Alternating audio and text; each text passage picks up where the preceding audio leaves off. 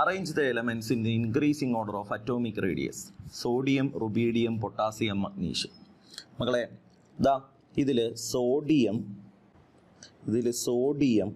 Potassium, rubidium ഒരേ ഗ്രൂപ്പിലുള്ള ആളുകളാണ്. അതുപോലെ തന്നെ സോഡിയവും മഗ്നീഷ്യവും ഒരേ പീരീഡിലുള്ള ആളുകളുമാണ്. ഓക്കെ, നമ്മൾ അറ്റോമിക് റേഡിയസ് എന്താണെന്ന് പഠിച്ചിട്ടുണ്ട്. ഒരു ആറ്റത്തിൻ്റെ റേഡിയസ് നമ്മൾ എങ്ങനെ കണക്ക് കൂട്ടുന്നത്? ആറ്റത്തിൻ്റെ ന്യൂക്ലിയസിൻ്റെ സെൻറ്റർ തൊട്ട് ഇലക്ട്രോൺ ഇരിക്കുന്ന അവസാനത്തെ ഷെല്ല് വരെയുള്ള ഡിസ്റ്റൻസിനെയാണ് നമ്മൾ എന്തെന്ന് വിളിക്കുന്നത്? അറ്റോമിക് റേഡിയസ് എന്ന് വിളിക്കുന്നത്. നമ്മൾ പഠിച്ചുകൊണ്ട് ഒരു ഗ്രൂപ്പിൽ മുകളിൽ നിന്ന് താഴോട്ട് വരാൻ നേരം അറ്റോമിക് റേഡിയസ് കൂടും. കാര്യം എന്താ? ഷെല്ലുകളുടെ എണ്ണം കൂടും. ഇങ്ങനെ നമ്മൾ പഠിച്ചുകൊണ്ടല്ലോ. സോഡിയത്തിന് കഴിയും വലുതായിരിക്കും പൊട്ടാസ്യത്തിന് കഴിയും വലുതായിരിക്കും റുബീഡിയം. അതൊക്കെയാണ്. ഇനി ഒരു പീരീഡിൽ ലെഫ്റ്റിൽ നിന്ന് റൈറ്റിലോട്ട് പോകുമ്പോൾ അറ്റോമിക് റേഡിയസിന് എന്ത് മാറ്റമാണ് വരുന്നത്? അറ്റോമിക് റേഡിയസ് കുറയും. അതിൻ്റെ റീസൺ ആയിട്ട് നമ്മൾ പഠിച്ചിട്ടുണ്ട് ന്യൂക്ലിയർ ചാർജ് കൂടുന്നു, due to increase in nuclear charge എന്ന്. അപ്പോൾ സോഡിയവും മഗ്നീഷ്യമായിട്ട് കമ്പയർ ചെയ്യുമ്പോൾ പീരീഡിൽ ലെഫ്റ്റിൽ നിന്ന് റൈറ്റിലോട്ട് പോകുക, അറ്റോമിക് റേഡിയസ് കുറയുമല്ലേ വേണ്ടേ? അപ്പോൾ സോഡിയത്തിന് കഴിയും ചെറുതാണ് ആര്? മഗ്നീഷ്യം. അപ്പോൾ ഇവരുടെ കറക്റ്റ് ആയിട്ടുള്ള അറ്റോമിക് റേഡിയസിൻ്റെ ഓർഡർ ചോദിച്ചാൽ നമുക്ക് പറയാം ഏറ്റവും ചെറുത് മഗ്നീഷ്യമാണ്, അത് കഴിഞ്ഞ് സോഡിയം, അത് കഴിഞ്ഞ് പൊട്ടാസ്യം, അത് കഴിഞ്ഞ് റുബീഡിയം. ഓക്കെയാണ്. അപ്പോൾ ഇത് നമുക്ക് ഇതാ കറക്റ്റായിട്ട് ഓപ്ഷൻ 3 കാണാൻ പറ്റും. സോ മക്കളെ ഓപ്ഷൻ 3 ആണ് നമ്മുടെ കറക്റ്റ് ആൻസർ. ക്ലിയർ ആണോ? അറ്റോമിക് റേഡിയസുമായിട്ട് ബന്ധപ്പെട്ട കൺസെപ്റ്റ് ആണ് നമ്മൾ പറഞ്ഞത്. എന്താണ് അറ്റോമിക് റേഡിയസ് എന്ന് മനസ്സിലായി കാണുമല്ലോ. ഗ്രൂപ്പിൽ അറ്റോമിക് റേഡിയസിന് എങ്ങനെയാണ് മാറ്റം വരുന്നത്, പീരീഡിൽ അറ്റോമിക് റേഡിയസിന് എങ്ങനെയാണ് മാറ്റം വരുന്നത് എന്നുള്ള കാര്യം മനസ്സിലായല്ലോ. ക്ലിയർ ആണല്ലോ. അടുത്തൊരു ക്വസ്റ്റ്യനിലോട്ട് പോവാം. അടുത്ത ക്വസ്റ്റ്യൻ നോക്കാം. For the element X, student Mansi measured its radius as 102 nanometre. Student Rohit as 203 nanometre and Ankur as 100 nanometre. Using same apparatus. The teacher explained that measurements were correct by saying their recorded values by 3 students were. മക്കളെ ഒരു atom, ഒരു element ഉണ്ട് X. ഈ തന്നിരിക്കുന്ന ഒരു എലമെന്റിന്റെ atomic radius നമുക്ക് പലതരത്തിൽ measure ചെയ്യാം. അതിൻ്റെ വാൻഡർവാൾ റേഡിയസ് മെഷർ ചെയ്യാം, മെറ്റാലിക് റേഡിയസ് അല്ലെങ്കിൽ ക്രിസ്റ്റൽ റേഡിയസ് മെഷർ ചെയ്യാം, അല്ലെങ്കിൽ അതിൻ്റെ കോവാലൻ്റ് റേഡിയസ് മെഷർ ചെയ്യാം. ഈ കാര്യം നിങ്ങൾക്കറിയാമല്ലോ. എങ്കിൽ ഈ തന്നിരിക്കുന്ന ആളുകളുടെ ഓർഡർ എങ്ങനെയാണ് എന്നുള്ളത് നിങ്ങൾക്കറിയാം. അതായത് എപ്പോഴും ഏറ്റവും കൂടുതൽ ആരായിരിക്കും? വാൻഡർവാൾ റേഡിയസ് ആയിരിക്കും. ഏറ്റവും കൂടുതൽ എന്തായിരിക്കും? വാൻഡർവാൾ റേഡിയസ് ആയിരിക്കും. അതിനെ കഴിയും ഒരു ഇത്തിരി കൂടെ കുറവായിരിക്കും മെറ്റാലിക് റേഡിയസ്. മെറ്റാലിക് റേഡിയസിനെയാണ് നമ്മൾ ക്രിസ്റ്റൽ റേഡിയസ് എന്നും വിളിക്കുന്നത്. ഓക്കെ, ഏറ്റവും കുറവാരായിരിക്കും? കോവാലന്റ് റേഡിയസ് ആയിരിക്കും. ഇങ്ങനെയാണ് അവരുടെ ഓർഡർ. അപ്പോൾ നമുക്കറിയാം ഇവിടെ ഒരു എലമെന്റ് എക്സിൻ്റെ തന്നെ റേഡിയസ് 3 തരത്തിൽ മെഷർ ചെയ്തുകൊണ്ട് മാൻസി എന്ന് പറയുന്ന ഒരു കുട്ടി അത് മെഷർ ചെയ്തിരിക്കുന്നത് എത്രയായിട്ടാണ്? 102 നാനോമീറ്റർ ആയിട്ടാണ്. രോഹിത് എന്ന് പറയുന്ന ഒരു കുട്ടി അത് എത്രയായിട്ടാണ് മെഷർ ചെയ്തേക്കുന്നത്? 203 നാനോമീറ്റർ ആയിട്ടാണ് മെഷർ ചെയ്തേക്കുന്നത്. ഇനി അൻകുർ എന്ന് പറയുന്ന ഒരു കുട്ടി അത് 100 നാനോമീറ്റർ ആയിട്ടാണ് മെഷർ ചെയ്തേക്കുന്നത്. ഒരു എലമെന്റിന്റെ തന്നെ, ഒരു ആറ്റത്തിന്റെ തന്നെ അറ്റോമിക് റേഡിയസ് അല്ലേ മെഷർ ചെയ്തിരിക്കുന്നത്. അപ്പോൾ നമുക്ക് പറയാം ഇതിൽ ഏറ്റവും വലുതാരായിരിക്കും? അതിൻ്റെ വാൻഡർവാൾ റേഡിയസ് ആയിരിക്കും. ഓക്കെ ആണോ? രണ്ടാമത് വരുന്ന ആരായിരിക്കും? മെറ്റാലിക് റേഡിയസ് അല്ലെങ്കിൽ ക്രിസ്റ്റൽ റേഡിയസ് ആയിരിക്കും. ഏറ്റവും ചെറുത് ആരായിരിക്കും? കോവാലന്റ് റേഡിയസ് ആയിരിക്കും. ഓക്കെ ആണേ. അപ്പോൾ കോവാലന്റ് റേഡിയസ്. ഓക്കെ ആണല്ലോ. അപ്പോൾ ക്രിസ്റ്റൽ റേഡിയസ് ആണ് മാൻസി മെഷർ ചെയ്തിരിക്കുന്നത് 102 നാനോമീറ്റർ. വാൻഡർവാൾ റേഡിയസ് ആണ് രോഹിത് മെഷർ ചെയ്തിരിക്കുന്നത് 203 നാനോമീറ്റർ. ഇനി എന്താണ്? കോവാലന്റ് റേഡിയസ് ആണ് അൻകുർ മെഷർ ചെയ്തേക്കുന്നത് 100 നാനോമീറ്റർ. ഓക്കെ ആണേ? ക്ലിയർ ആണേ? അപ്പോൾ crystal radius, van der Waals radius, covalent radius എന്ന് പറയുന്ന ഓപ്ഷൻ 1 നമുക്ക് കാണാൻ പറ്റും. സോ മക്കളെ ഓപ്ഷൻ 1 ആണ് നമ്മുടെ കറക്റ്റ് ആൻസർ. കിട്ടിയോ? ഒരു ആറ്റത്തിൻ്റെ റേഡിയസ് കൃത്യമായി മെഷർ ചെയ്യുന്നതിന് വേണ്ടി നമ്മൾ ഉപയോഗിക്കുന്ന ആളുകളാണ് van der Waals radius, covalent radius, crystal radius അല്ലെങ്കിൽ മെറ്റാലിക് റേഡിയസ് തുടങ്ങിയ ആളുകൾ. എപ്പോഴും അവരുടെ ഓർഡർ ഓർത്ത് വെച്ചേക്കുക. ഏറ്റവും കൂടുതൽ വാൻഡർവാൾ റേഡിയസ് ആയിരിക്കും, ഏറ്റവും കുറവ് കോവാലന്റ് റേഡിയസും ആയിരിക്കും. ക്ലിയർ ആണേ? സോ ഓപ്ഷൻ 1 ആണ് നമ്മുടെ കറക്റ്റ് ആൻസർ. അടുത്തൊരു ക്വസ്റ്റ്യനിലോട്ട് പോവാം.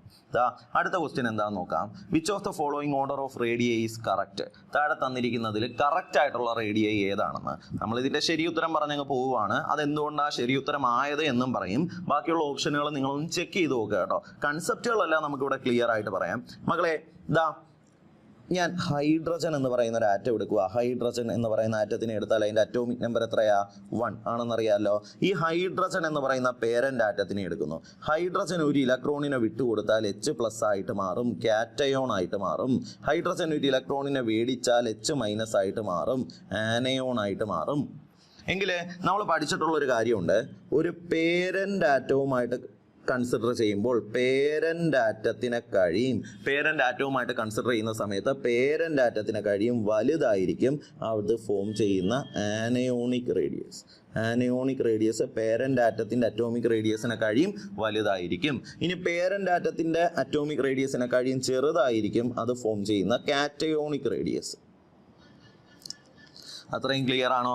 ഒരു പേരൻ്റ് ആറ്റവുമായിട്ട് കമ്പയർ ചെയ്യുന്ന സമയത്ത്, അപ്പോൾ ഹൈഡ്രജൻ എന്ന് പറയുന്ന ആറ്റവുമായിട്ട് കമ്പയർ ചെയ്യുന്ന സമയത്ത് ഹൈഡ്രജൻ്റെ H- അയോണിൻ്റെ റേഡിയസ് അതിൻ്റെ ആനയോണിക് റേഡിയസ് ഹൈഡ്രജൻ്റെ അറ്റോമിക് റേഡിയസിനെ കഴിയും കൂടുതലായിരിക്കും. ഹൈഡ്രജൻ ഫോം ചെയ്യുന്ന പോസിറ്റീവ് ചാർജുള്ള അയോൺ കാറ്റയോണിക് റേഡിയസ് എടുക്കുകയാണെങ്കിൽ അതിൻ്റെ പേരൻ്റ് ആറ്റത്തിൻ്റെ റേഡിയസിനെ കഴിയും കുറവായിരിക്കും.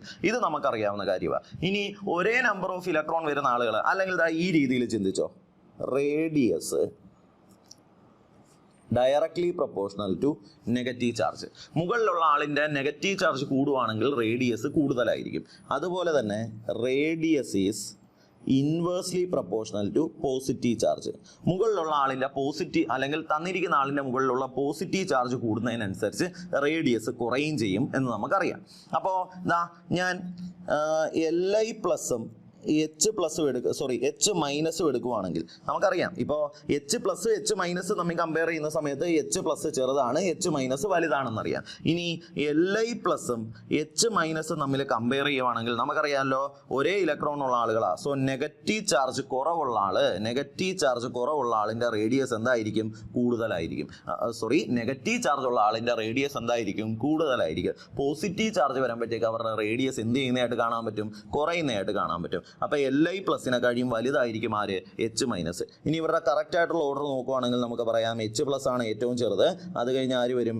Li+ വരും, ഏറ്റവും വലുത് ആരായിരിക്കും? H- ആയിരിക്കും. ഇതാണ് അവരുടെ അയോണിക് റേഡിയസിൻ്റെ കറക്റ്റ് ആയിട്ടുള്ള ഓർഡർ. ഓപ്ഷൻ 2 കറക്റ്റായിട്ട് വരുന്നത്. ഓക്കെ, ലിഥിയം, ബെറിലിയം, മഗ്നീഷ്യം തമ്മിൽ ഇങ്ങനെ ഒരു കമ്പാരിസൻ്റെ ആവശ്യമില്ല. റീസൺ എന്താണെന്ന് നിങ്ങൾക്ക് തന്നെ അറിയാം. കാര്യം അതെല്ലാം ആറ്റങ്ങളാണ്, അവരുടെ അറ്റോമിക് റേഡിയസ് ആണ് ഇവിടെ എല്ലാം കാണിച്ചിരിക്കുന്നത്. ഇനി ഈ തന്നിരിക്കുന്ന ആളുകളെ എടുക്കുവാണെങ്കിൽ ഇതിൻ്റെ ഓർഡർ തിരിച്ചല്ലേ വരേണ്ടത്? അതായത് നെഗറ്റീവ് ചാർജ് കൂടുതലുള്ളവർക്കാണ് എന്ത് കൂടേണ്ടത്? Ionic radius കൂടേണ്ടത്. ഇവരെല്ലാം ഒരേ ഇലക്ട്രോൺ ഉള്ള ആളുകളാണ്, പക്ഷേ സോഡിയത്തിന് Na+-നല്ല റേഡിയസ് കൂടുതൽ. അതിൻ്റെ ഓർഡർ തിരിച്ചാണ് വരേണ്ടത്. ഓക്കെ ആണേ? സോ കറക്റ്റായിട്ടുള്ള ഓപ്ഷൻ ഏതാണ്? ഓപ്ഷൻ 2 ആണെന്ന് നമുക്ക് മനസ്സിലാക്കാൻ പറ്റും. Option 2 is the correct answer. കിട്ടിയോ? ഓക്കെ അല്ലേ? അടുത്തൊരു ക്വസ്റ്റ്യനിലോട്ട് പോവാം. അടുത്ത question, correct order of ionic radius is. മക്കളെ നമ്മൾ പറഞ്ഞായിരുന്നു ionic radius is inversely proportional to positive charge. Okay, മുകളിലുള്ള പോസിറ്റീവ് ചാർജ് കൂടുമ്പോൾ അയോണിക് റേഡിയസ് എന്ത് ചെയ്യണം? കുറയണം. ഇനി ബാക്കിയുള്ള ആളുകളെയൊക്കെ കമ്പയർ ചെയ്തതിന് ശേഷം നിങ്ങൾ നേരെ ഈ ഓപ്ഷൻ 4 വരുവാണെങ്കിൽ മക്കളെ ഇവിടെ നമുക്ക് കാണാൻ പറ്റും ഇത് കറക്റ്റായിട്ടുള്ള രീതിയിലാണ് അറേഞ്ച് ചെയ്തിരിക്കുന്നത്. ബാക്കിയുള്ള എല്ലായിടത്തും തെറ്റായ രീതിയിലാണ് അറേഞ്ച്മെൻ്റ് എങ്കിലും ഓപ്ഷൻ 4 നോക്കുവാണെങ്കിൽ കണ്ടോ, പോസിറ്റീവ് ചാർജ് കൂടുന്നതിനനുസരിച്ച് അയോണിക് റേഡിയസ് കുറയുന്നു എന്ന് തന്നെയാണ് കാണിച്ചിരിക്കുന്നത്. സോ നമുക്ക് പറയാം ഓപ്ഷൻ 4 ആണ് നമ്മുടെ കറക്റ്റ് ആൻസർ. കിട്ടിയോ? എളുപ്പമല്ലേ? സിമ്പിൾ ആയിട്ടുള്ളൊരു കൺസെപ്റ്റ് ആണ് കേട്ടോ. അടുത്തൊരു ക്വസ്റ്റ്യൻ നോക്കാം മക്കളെ. അടുത്ത question, S-2 is not isoelectronic with. മക്കളെ ഐസോ ഇലക്ട്രോണിക് സ്പീഷീസ് നിങ്ങൾ കേട്ടിട്ടുണ്ട്. സെയിം നമ്പർ ഓഫ് ഇലക്ട്രോൺ വരുന്ന ആളുകളെയാണ് ഐസോ ഇലക്ട്രോണിക് സ്പീഷീസ് എന്ന് വിളിക്കുന്നത്. സെയിം നമ്പർ ഓഫ് ഇലക്ട്രോൺ വരുന്ന ആളുകളെയാണ് നമ്മൾ എന്തെന്ന് വിളിക്കുന്നത്? ഐസോ ഇലക്ട്രോണിക് സ്പീഷീസ് എന്ന് വിളിക്കുന്നത്. ഇപ്പം നമ്മൾ സൾഫർ എടുത്താൽ സൾഫറിൻ്റെ അറ്റോമിക് നമ്പർ 16 ആണെന്ന് അറിയാമല്ലോ. അപ്പോൾ S-2 എന്ന് പറഞ്ഞാൽ 16 + 2 എത്ര ഇലക്ട്രോൺ ഉണ്ട്? 18 ഇലക്ട്രോൺ ഉണ്ട്. സോ ഈ തന്നിരിക്കുന്ന ആളുകളിൽ 18 ഇലക്ട്രോൺ ഇല്ലാത്ത ആരാണെന്നാണ് ചോദ്യം. ആർഗൺ അറ്റോമിക് നമ്പർ 18 ആണ്. സോ ഇതിനകത്ത് എത്ര ഇലക്ട്രോൺ ഉണ്ട്? 18 ഇലക്ട്രോൺ ഉണ്ട്. ക്ലോറിൻ അറ്റോമിക് നമ്പർ 17 ആണ്. അപ്പോൾ Cl- എന്നല്ലേ കൊടുത്തേക്കുന്നത്? 17 + 1 എത്ര ഇലക്ട്രോൺ ഉണ്ട് ഇവിടെ? 18 ഇലക്ട്രോൺ ഉണ്ട്. HS- നോക്കിക്കോ, ഹൈഡ്രജൻ 1 ഇലക്ട്രോൺ ഉണ്ട്, സൾഫർ 16 ഇലക്ട്രോൺ ഉണ്ട്, മുകളിൽ ഒരു നെഗറ്റീവ് ചാർജ് ഇല്ലേ 1 ഇലക്ട്രോൺ. മൊത്തം എത്ര ഇലക്ട്രോൺ ആയി? 18 ഇലക്ട്രോൺ ആയി. ഓക്കെ ആണല്ലോ. ടൈറ്റാനിയം 3+. മക്കളെ ടൈറ്റാനിയത്തിന്റെ അറ്റോമിക് നമ്പർ 22 ആണ്. സോ ടൈറ്റാനിയത്തിൽ എത്ര ഇലക്ട്രോൺ ഉണ്ട്? 22 ഇലക്ട്രോൺ ഉണ്ട്. അതിൽ 3+ എന്ന് പറഞ്ഞാൽ 3 ഇലക്ട്രോൺ പോയി. 22 - 3 എന്ന് പറയുമ്പോൾ Ti 3+-നകത്തുള്ള ഇലക്ട്രോണിന്റെ എണ്ണമാണ് നമ്മൾ നോക്കുന്നത്. 19 ഇലക്ട്രോൺ ഉണ്ട് ഇവിടെ ടൈറ്റാനിയത്തിൽ. എത്ര ഇലക്ട്രോൺ ഉണ്ട്? ഉണ്ട്? 19 ഇലക്ട്രോൺ ഉണ്ട്. ഓക്കെ ആണോ? അപ്പോൾ ഐസോ ഇലക്ട്രോണിക് എന്ന് പറഞ്ഞാൽ ഒരേ ഇലക്ട്രോൺ എണ്ണം വരുന്ന ആളുകളാണ്. ഈ കൂട്ടത്തിൽ നമ്മൾ നോക്കുവാണെങ്കിൽ ടൈറ്റാനിയം എന്ന് പറയുന്ന ആളിൽ 18 അല്ല 19 ഇലക്ട്രോൺ ആണുള്ളത്. So it is not isoelectronic with S-2. Option 4 ആണ് നമ്മുടെ കറക്റ്റ് ആൻസർ. കിട്ടിയോ? ഓക്കെ അല്ലേ? അടുത്തൊരു ക്വസ്റ്റ്യനിലോട്ട് പോവാം. മക്കളെ അടുത്ത ക്വസ്റ്റ്യൻ നോക്കാം. മക്കളെ നമ്മുടെ ക്വസ്റ്റ്യൻ എന്താ? Which of the following pair of elements have almost similar atomic റേഡിയേ? താഴെ തന്നിരിക്കുന്നതിൽ ഏതൊക്കെ എലമെന്റുകളുടെ കേസിലാണ് സിമിലർ ആയിട്ടുള്ള അറ്റോമിക് റേഡിയോ ഉള്ളതെന്ന്? ദാ zirconium, hafnium, zirconium, hafnium. Okay, molybdenum, tungsten, cobalt, nickel. ഇത് ഇത്രയാണ് തന്നിരിക്കുന്നത് സിമിലർ ആയിട്ടുള്ള അറ്റോമിക് റേഡിയസ്. മക്കളെ നമ്മൾ ലെഫ്റ്റിൽ നിന്ന് റൈറ്റിലോട്ട് പോകുമ്പോൾ അറ്റോമിക് റേഡിയസ് കുറയും എന്ന് പറയുന്നതും ഗ്രൂപ്പിൽ മുകളിൽ നിന്ന് താഴോട്ട് വരുമ്പോൾ അറ്റോമിക് റേഡിയസ് കൂടും എന്നൊക്കെ പറയുന്നത് പൊതുവേ SP ബ്ലോക്കുകളുടെ കേസിലാണ്.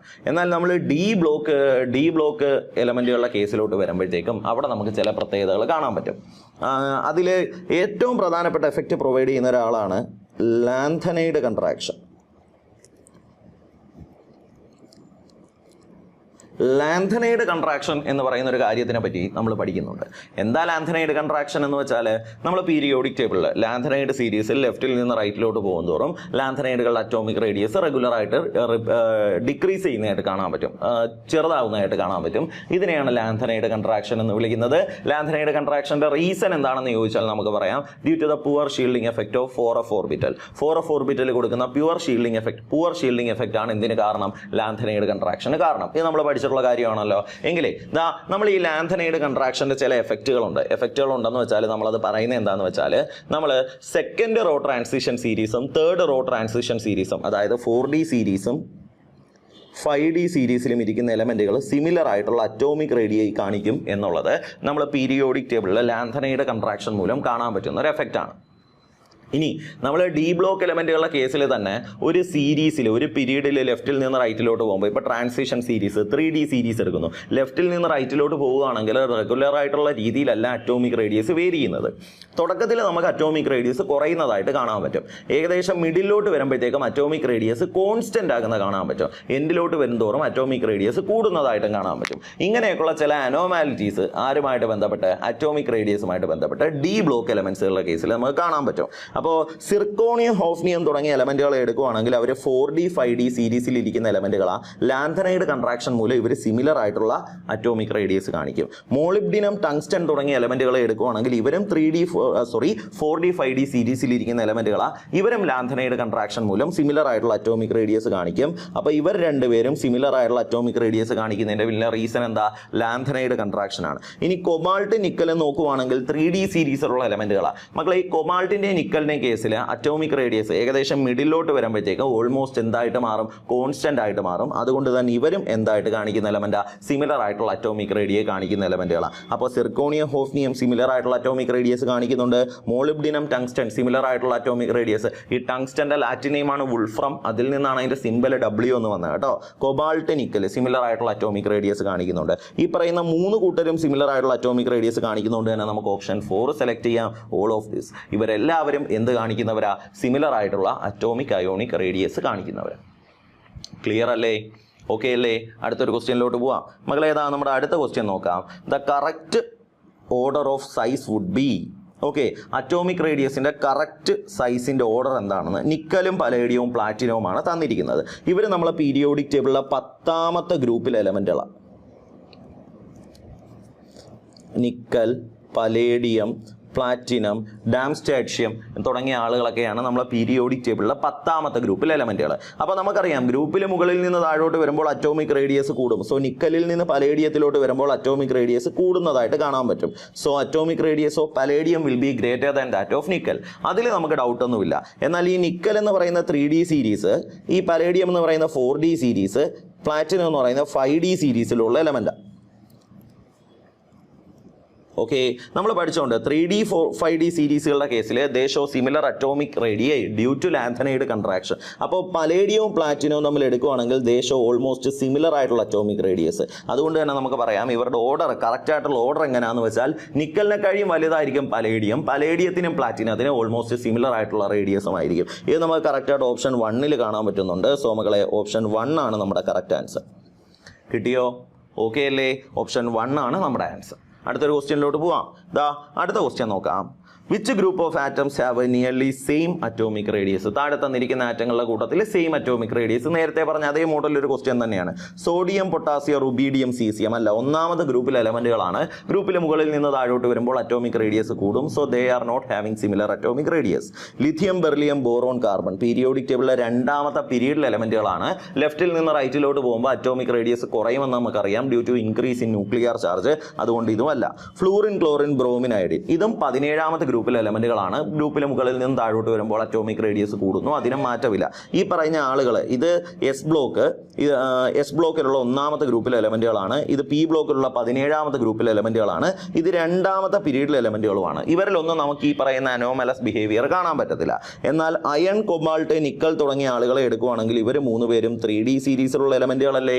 നമ്മൾ പറഞ്ഞിട്ടുണ്ട് എന്താ 3D സീരീസിന്റെ കേസിൽ ഇനിഷ്യലി അറ്റോമിക് റേഡിയസ് കുറയും, പിന്നെ അത് കോൺസ്റ്റന്റ് ആകും, പിന്നെ അറ്റോമിക് റേഡിയസ് കൂടുന്നതായിട്ട് കാണാൻ പറ്റും. സോ അയൺ, കൊബാൾട്ട്, നിക്കൽ തുടങ്ങിയ ആളുകളുടെ കേസിൽ they have almost similar atomic radii. അത് കറക്റ്റായിട്ട് പറയുന്ന ഓപ്ഷൻ 3 ആണ്. So which of the group of atom have nearly same atomic radius എന്ന് ചോദിച്ചാൽ നമുക്ക് ഇവിടെ ഓപ്ഷൻസ് 3 സെലക്ട് ചെയ്യാം. Iron, cobalt, nickel. കാരണം എന്താ? അവർ 3D സീരീസിലുള്ള എലമെന്റുകളാ. ഈ ആളുകൾ ഏകദേശം മിഡിലോട്ട് വരുന്ന ആളുകളായതുകൊണ്ട് തന്നെ they show similar atomic radius. Okay ആണോ? ക്ലിയർ ആണോ? അടുത്തൊരു ക്വസ്റ്റ്യനിലോട്ട് പോവാം. അടുത്ത ക്വസ്റ്റ്യൻ നോക്കാം. Which of the following order of atomic or ionic radius is not correct? തന്നിരിക്കുന്നത് തെറ്റായ രീതിയിൽ atomic ionic radius atomic ionic radius എവിടെയാണ് തന്നിരിക്കുന്നതെന്ന് നമ്മൾ നേരത്തെ ഇതുമായിട്ട് ബന്ധപ്പെട്ട ഒരു കൺസെപ്റ്റ് പറഞ്ഞായിരുന്നു. അതിൻ്റെ ബേസിൽ തന്നെ നമുക്ക് പെട്ടെന്ന് ഉത്തരം കണ്ടുപിടിക്കാൻ പറ്റും. നമുക്കറിയാം ഐസോ ഇലക്ട്രോണിക് സ്പീഷീസ് ആണ് ഇവർ 3 പേരും. ഇവർ 3 പേരെ എടുത്താൽ ഇവർ 3 പേരിലും 10 ഇലക്ട്രോൺ വെച്ചാണ് ഉള്ളത്. ഈ ഐസോ ഇലക്ട്രോണിക് സ്പീഷീസുകളുടെ കേസിൽ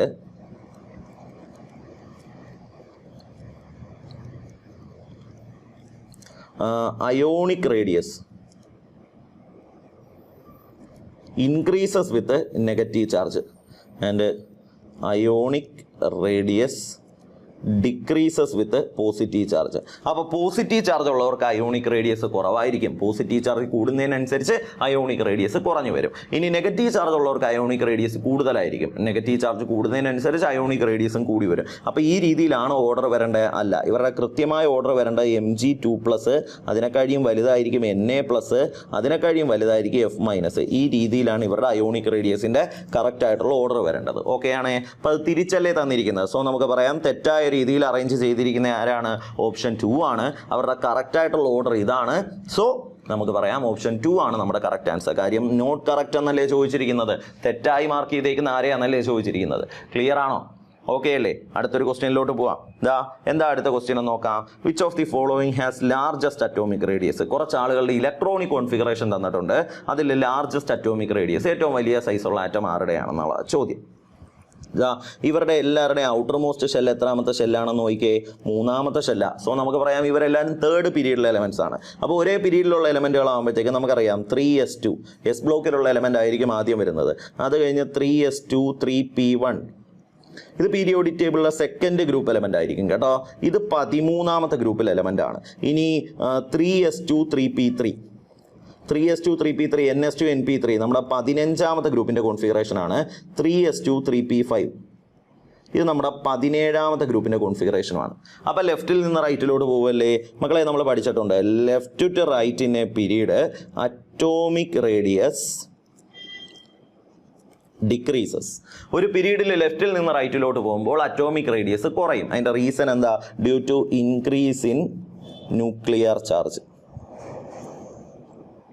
ന്യൂക്ലിയർ ചാർജ് കൂടുന്നതാണ് അതിൻ്റെ പിന്നിലെ കാരണം. സോ നമുക്കറിയാം 2nd പീരീഡാണ്. 3s2 എന്ന് പറയുന്ന ആളാണ് ലെഫ്റ്റിൽ വരുന്നത്. അത് കഴിഞ്ഞ് 3s2 3p1 വരുന്നു. അത് കഴിഞ്ഞ് 3s2 3p3 വരുന്നു. അത് കഴിഞ്ഞ് 3s2 3p5 വരുന്നു.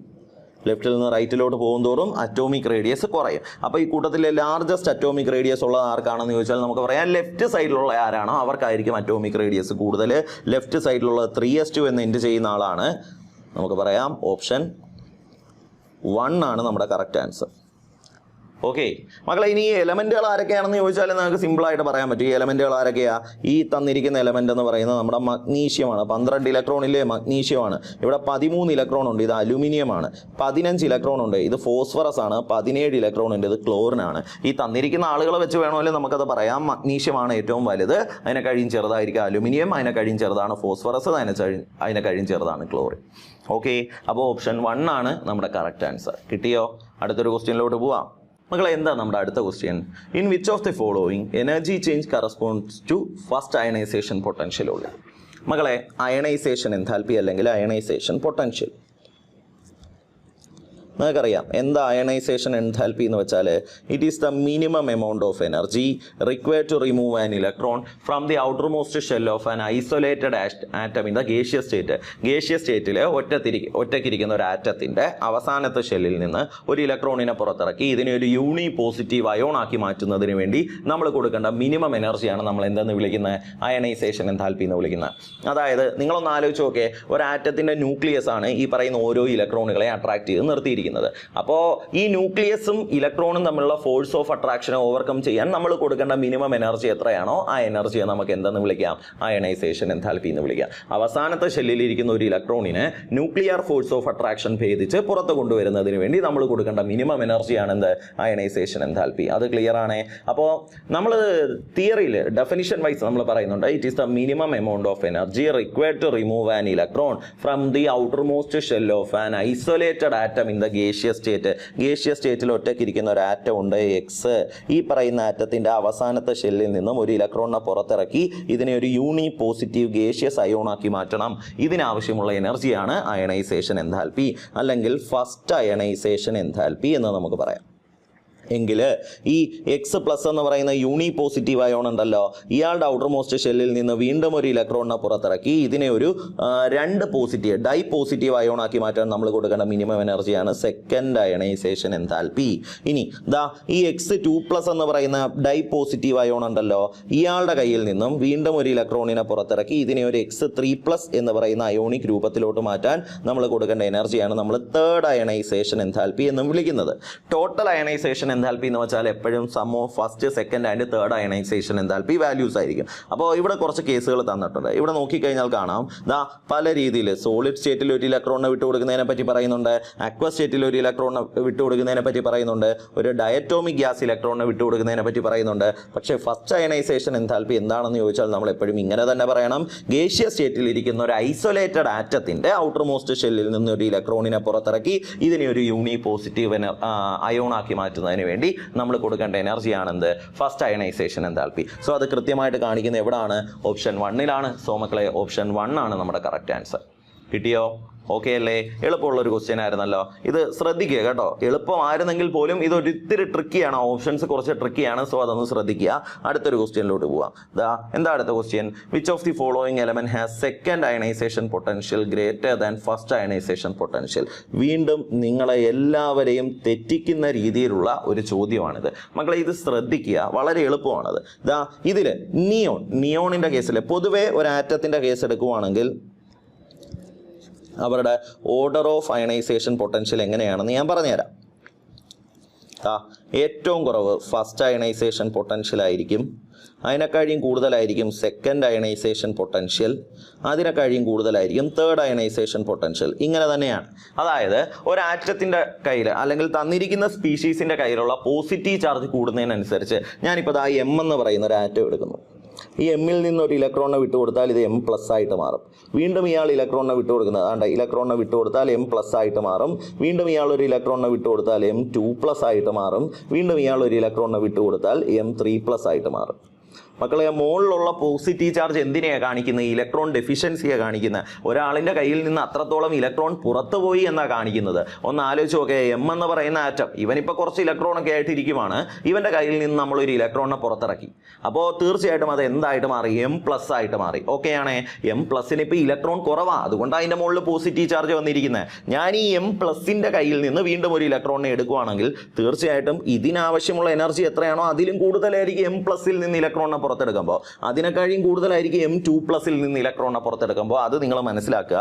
So order of ionisation enthalpy അത് എപ്പോഴും ഓർത്ത് വെച്ചേക്കുക. First ionisation enthalpy, second ionization enthalpy, third ionization enthalpy. ഇതാണ് അവരുടെ ഓർഡർ. ഏറ്റവും കൂടുതൽ തേർഡ് ആയിരിക്കും, ഏറ്റവും കുറവ് ഫസ്റ്റ് അയണൈസേഷൻ എൻതാൽപ്പി ആയിരിക്കും. ഇതിൽ ഡൗട്ടൊന്നുമില്ലല്ലോ. ഇനി മക്കളെ ഇതിൽ നമുക്ക് പ്രശ്നം വരുന്നത് എന്താണെന്ന് വെച്ചാൽ ഈ മഗ്നീഷ്യത്തിൻ്റെ അറ്റോമിക് നമ്പർ 12 ആണെന്നറിയാം. ഇലക്ട്രോണിക് കോൺഫിഗറേഷൻ നമുക്ക് 282 എന്ന് എഴുതാം. അപ്പോൾ മഗ്നീഷ്യത്തിൻ്റെ സെക്കൻഡ് അയണൈസേഷൻ എൻതാൽപ്പി, മഗ്നീഷ്യം ആദ്യമേ ഒരു ഇലക്ട്രോണിനെ വിട്ടുകൊടുത്ത് എന്തായിട്ട് മാറും? Mg+ ആയിട്ട് മാറും. അതിൻ്റെ അയണൈസേഷൻ എൻതാൽപ്പി വാല്യൂ എന്ന് പറയുന്നത് ഏകദേശം 7.6 ഇലക്ട്രോൺ വോൾട്ടാണ്.